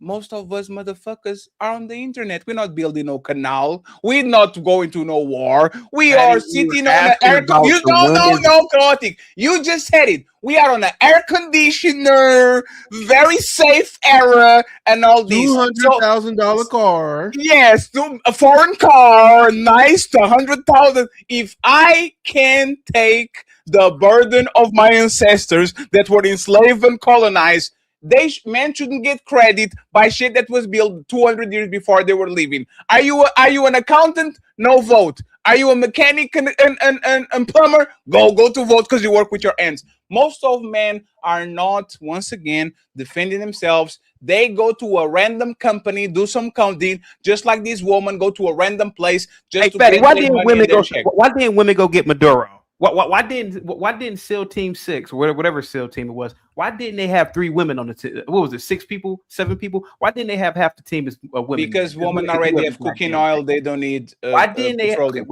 Hey, dude. See, you're not even American. If women can do everything, how come women weren't on that team to extract Maduro? I didn't say that. 1 second, please. I didn't say that women can do everything that men do. I think men, for the most part, run society, but I believe in meritocracy.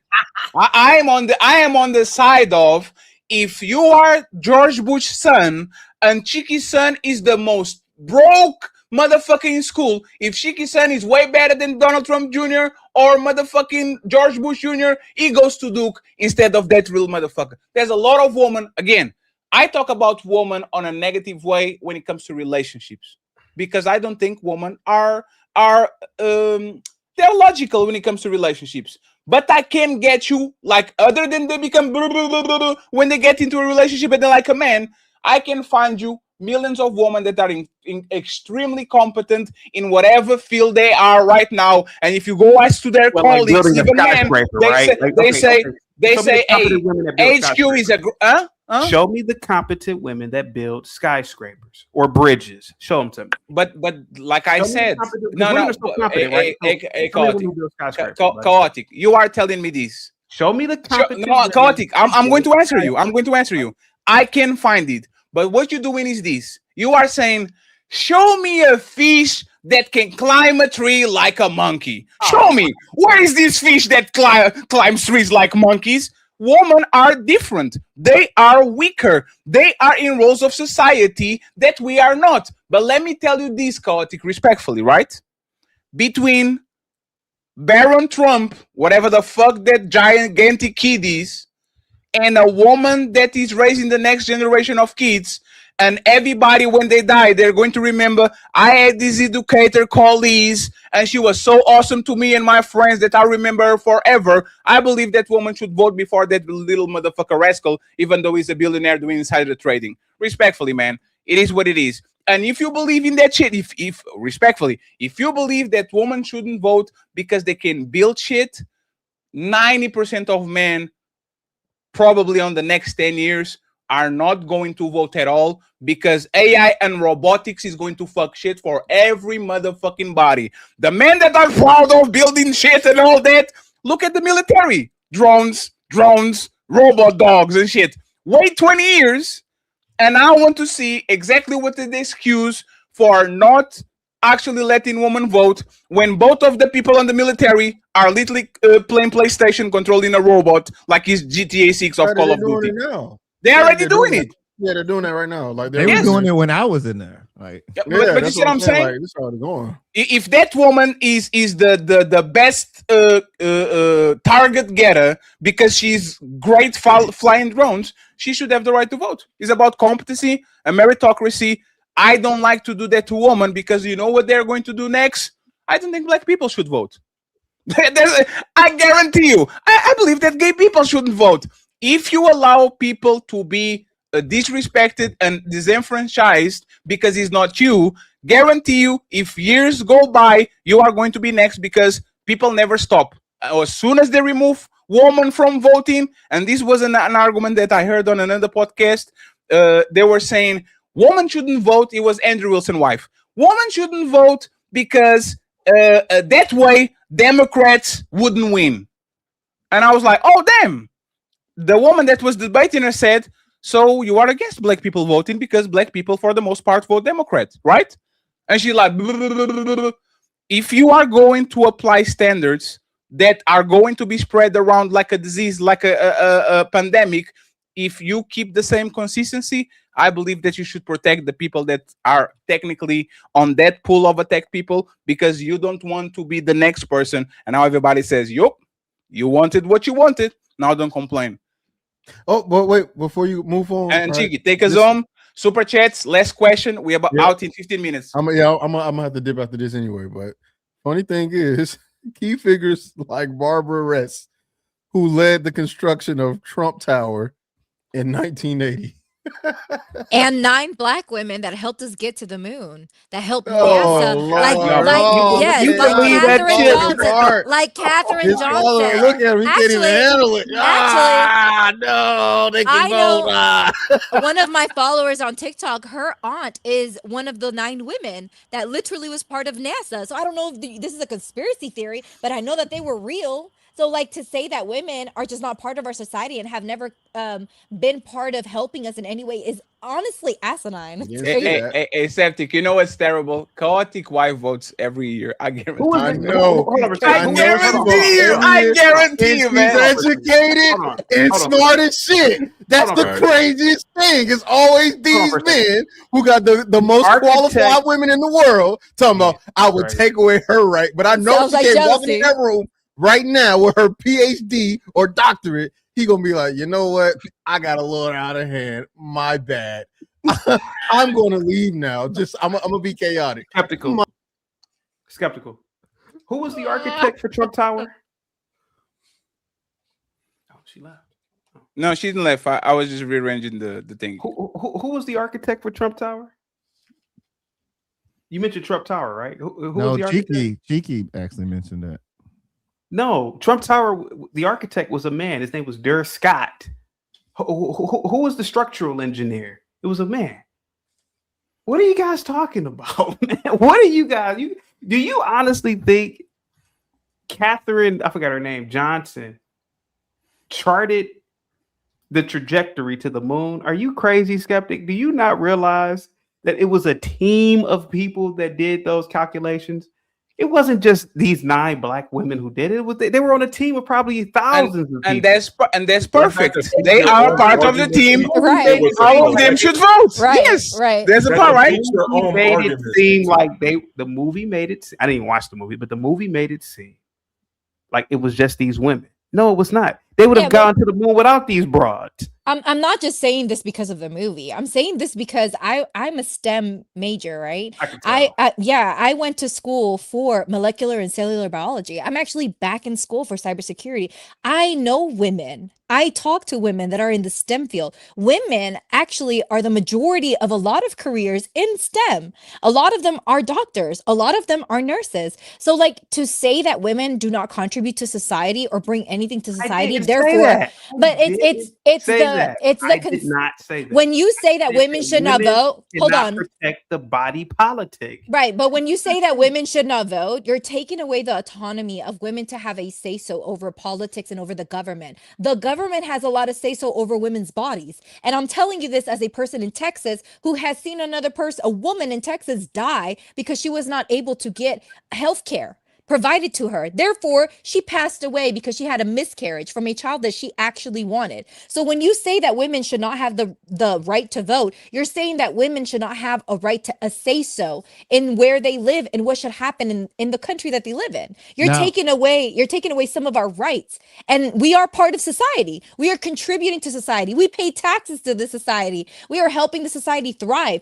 In reality, when you look at educators, women, they take over the education field. They take over a lot of these medical fields. Women are the majority of the people that work there. All right, I got a question for Chaotic. Who is Barbara Ress? I have Barbara no idea. Res. She's the lead person in charge of building the Trump Tower. She was a senior executive. She was the primary executive for all of that. So I understand what you're saying. She didn't build it. But what they're trying to tell you is that the women that you're saying don't exist, they might not be the ones that actually put the stuff together, but they are definitely instrumental in the leadership and putting the idea together. That's all they're saying. So I don't think that you're wrong in saying that they didn't build it per se, but we also know that most engineers don't actually build the building. They do the math, they do the structure test. And you know what's funny? There's literally Elon Musk, motherfucker, not an engineer. He's an idiot. He just has the patents to all these people, and every time they build something, because he has the patent, he takes the credit. He's not an engineer. Every engineer, every coder, every gamer, everything that Elon Musk claims he's an expert on, you could literally talk with people on the field and says, nah, man, this motherfucker doesn't know nothing that he's talking about. Because he's rich and he's a billionaire and he has the patents, now we think that motherfucker is a legend. Same thing happens with construction. Not with construction per se, but with engineering, with architects, with all these people that are actually on the sidelines. But just because you are Thomas Edison doesn't mean that you came up with shit. Like Tesla is a way better inventor than whatever Thomas Edison was. Thomas Edison was an investor. He actually knew marketing. He knew how to actually get people to believe that he was a genius, while the people that worked beneath him actually was doing all the job. So, Chaotic, respectfully, man. I understand what you're trying to do, what you're trying to say, but I'm glad that you agree with Iranians. Actually, Iranians actually believe that women should vote, so they are a little bit better than you. Tom Foolery, take us on, my brother, because you came in 3 hours. Tom, you can be saying yes, and Tom, I'll talk with you. I'm sorry, man. I'm sorry. I know that's my bad. Do you agree with Chaotic Truth that women shouldn't have the right to vote? And friends, we're going to end it up after Tom. Thank you very much, Chaotic, for giving us your time. I appreciate you. HQ, awesome to see you back. Tarbuz is a legend. I appreciate it. I love this Jeremy, man. This Jeremy is the one that I love. He's a passionate one. So thank you very much, Jeremy. And Septic, you, if you come to YouTube, Septic, you're going to destroy people. I'll talk with you on the back, but I think everybody very happy to see you today. I think it's the first interaction with Dan. You did a great job. So once again, thank you very much. I hope to see you soon too. Tom, should women lose the right to vote? Maybe I would take it maybe a step further and just say that people who think the way that they say women do and are irrational probably shouldn't have the right to vote. People who vote for people like Donald Trump probably are a little bit too irrational, too all up in their feelings, make very emotional decisions. I would include all men who vote like women, and then most women today, including in the Black community, they're the ones who are more likely to go get degrees and long-term jobs and careers. And so in the Black community, it'd probably be more women who ended up voting because they're kind of taking that role and doing a little bit better than the men. And lots of men in the white community as well seem to be really fucking up by mostly voting for somebody like Donald Trump. So I would take it a step further and take all those people's voting rights. So Chaotic not voting anymore, according. Yeah, sorry, to... Chaotic. Sorry, Chaotic. You go back to the back of the bus, friends. I appreciate with the back of the bus. Oh yeah, like Rosa Parks. She didn't have the right to talk. Shut the fuck up, Rosa. That bitch had a car. Stop. Oh my god, you fake god, you crazy. Hey, friends, light skinned bitch had a uppity light skinned bitch had a car. Chaotic, tomfoolery, Septic, HQ, Taruz, Jeremy. Y'all have to sign out because these men just kick you out of the panel. I appreciate you, friends. I hope to see you in a week. Okay, great conversation. People been asking for these conversations instead of the dick and pussy and things that are not relevant. So let's see if they put their money where their mouth is. We're going to start to do it on a week. I'll be paying attention to your work during the week, and then we go from there. Please make sure you get all the links in the description to support the content creators. I'll truly appreciate it. So Team Fatty and the Untouchables say goodbye to y'all. Peace. This is Sparta!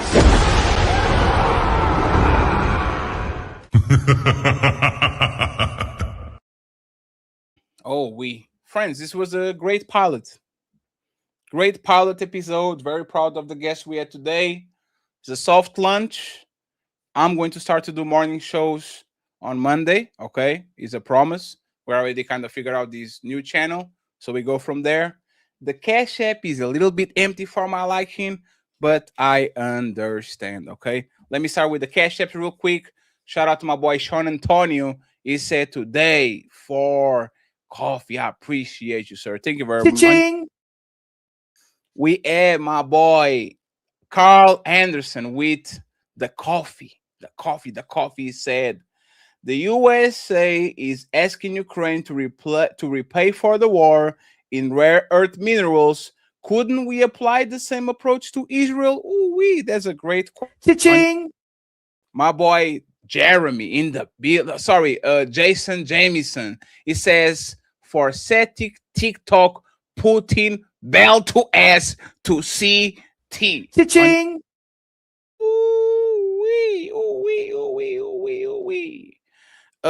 And we have another one. I didn't want to read this with Septic here.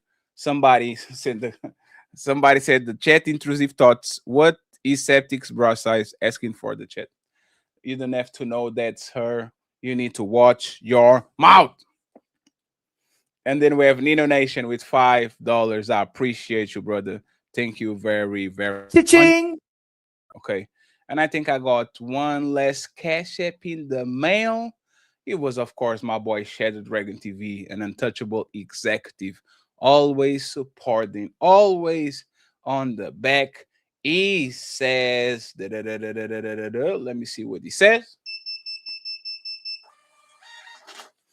He says, for the CT Fight Back Fund, great show, brother. They were trying to jump CT. You gotta get him back. You better go down there and get him back. Friends, go see who is live so we can do a redirect. I don't see nobody live that I actually... Can you guys watch it while I read the super chats, please? I would appreciate it. Tell me who is a friend of the show that is live right now. Chris saying, Iran literally said on TV they had enough nukes for 11 nuclear bombshells. Dude, remember Pearl Harbor when people say no imminent threats. Thank you very much. I appreciate you, sir. We have Jerome is in the house with a $10 ball. Thank you very much, Jerome. I hope you're doing dear. Black Dawn probably landed already. He says, no, Jeremy, we don't rely on Israel for intelligence. That goes directly against U.S. military. However, they are good partners because their intelligence apparatus is just as good as ours. Thank you very much, Black Dawn. I appreciate it. Brooks. Nathaniel back again says, all the presidents went along with their peace to go along with. They are not in opposition like you think. They have been preparing for this. Thank you so much. I appreciate you. Black Dawn, $10 since chaotic. We need to get rid of Islamic terrorist regimes. I hear nothing of Saudi Arabia, whom of which is confirmed one of their intel agencies helped with 9/11. And yes, Luca going for 40 and Ducey going to pay me my money. Thank you very much, Ducey, for the bet.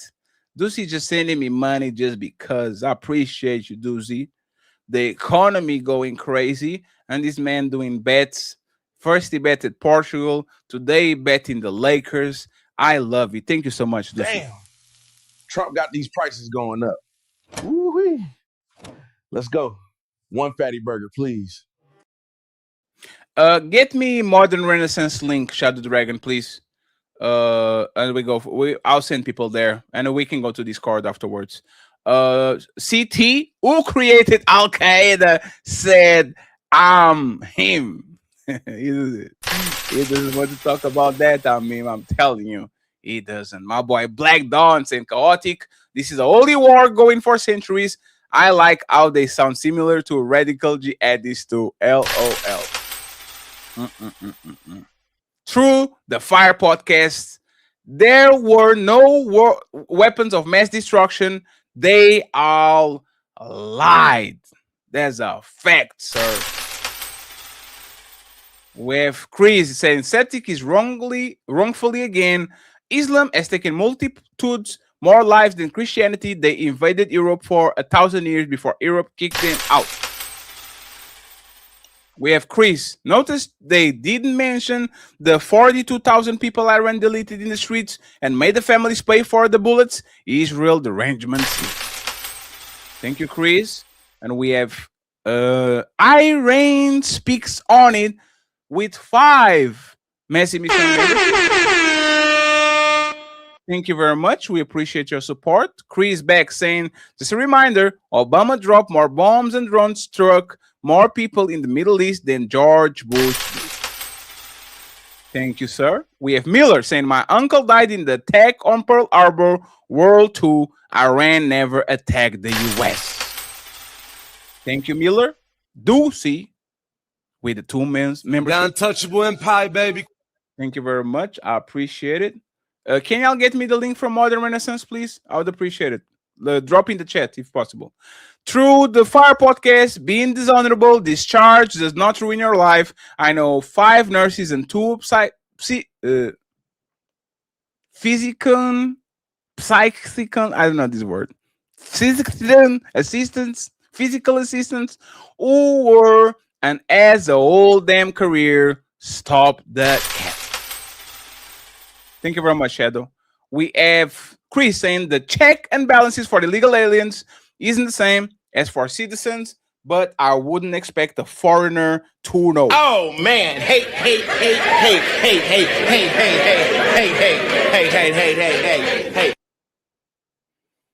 Damn. They got me with the foreigner again. That's crazy. Shout out to you, Chris. We appreciate you. We have that the Reaper, who is working on OnlyFans. Never mind. Must be 3 or 4 logic. Also, a woman's last name is her grandfather's last name. Thank you so much. We have 5 to go. Big Dog Physique saying, ladies, Walmart always hiring respectfully.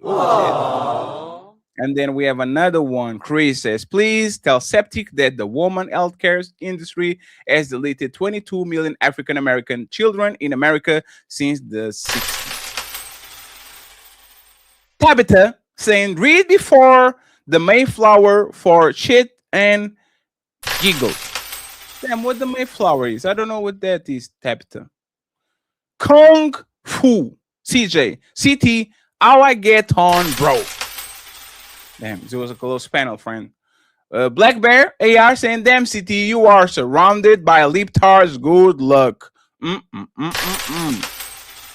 And finally, last but not least, Kung Fu saying, CT, why did you waste your time? CT has to talk with people that disagree with him, because if that was not the case, that will be an echo chamber. Like, why are y'all so against letting people talk with each other? It's fine. It's totally fine. It's an echo chamber. We actually got several people that agree with CT. They just came in a little bit late or didn't show up. But for the first episode, it was a great episode. Once again, friends, our political journey starts now. I even shaved my ads for it. The Wake Up Fatty Show with 4 morning shows, and this show as the centerpiece on Thursdays at 5 p.m. is going to be what we're doing over here, and we are about to go out. Okay, friends, thank you so much for the support and the love. Go ahead tomorrow when we drop a video, make sure you hype it up, friends. We need to get some places. We are about to blow up, so help us on our journey. I'm sending everybody to MRM. Other than that, awesome show. I appreciate y'all. Team Fatty and the Untouchable Empire, baby.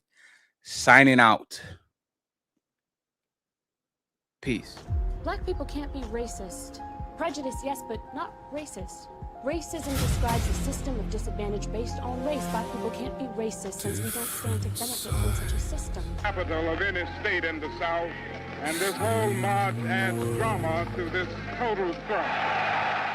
It is known in the black community that most, not all, but most black people are racist toward white Americans. You say it's known. What do you mean? Where's your basis? They have been brainwashed over the last 50 years or so to believe that America is a racist society and that white folks are trying to hold them back.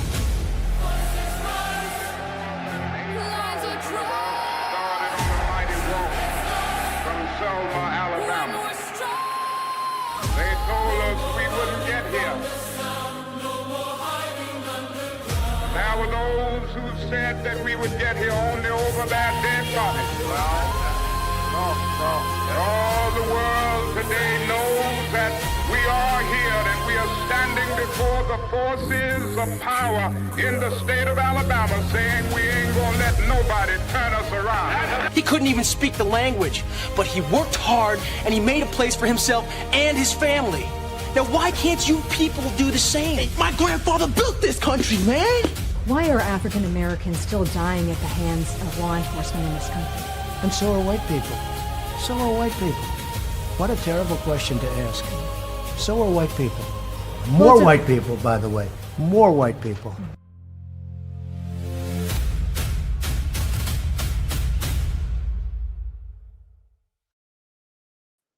And Jabba The Rainbow Boogeyman with $93. Close it out. A hero that we didn't know we needed. Thank you so much, Jabba. I appreciate you, my brother. Thank you. Thank you.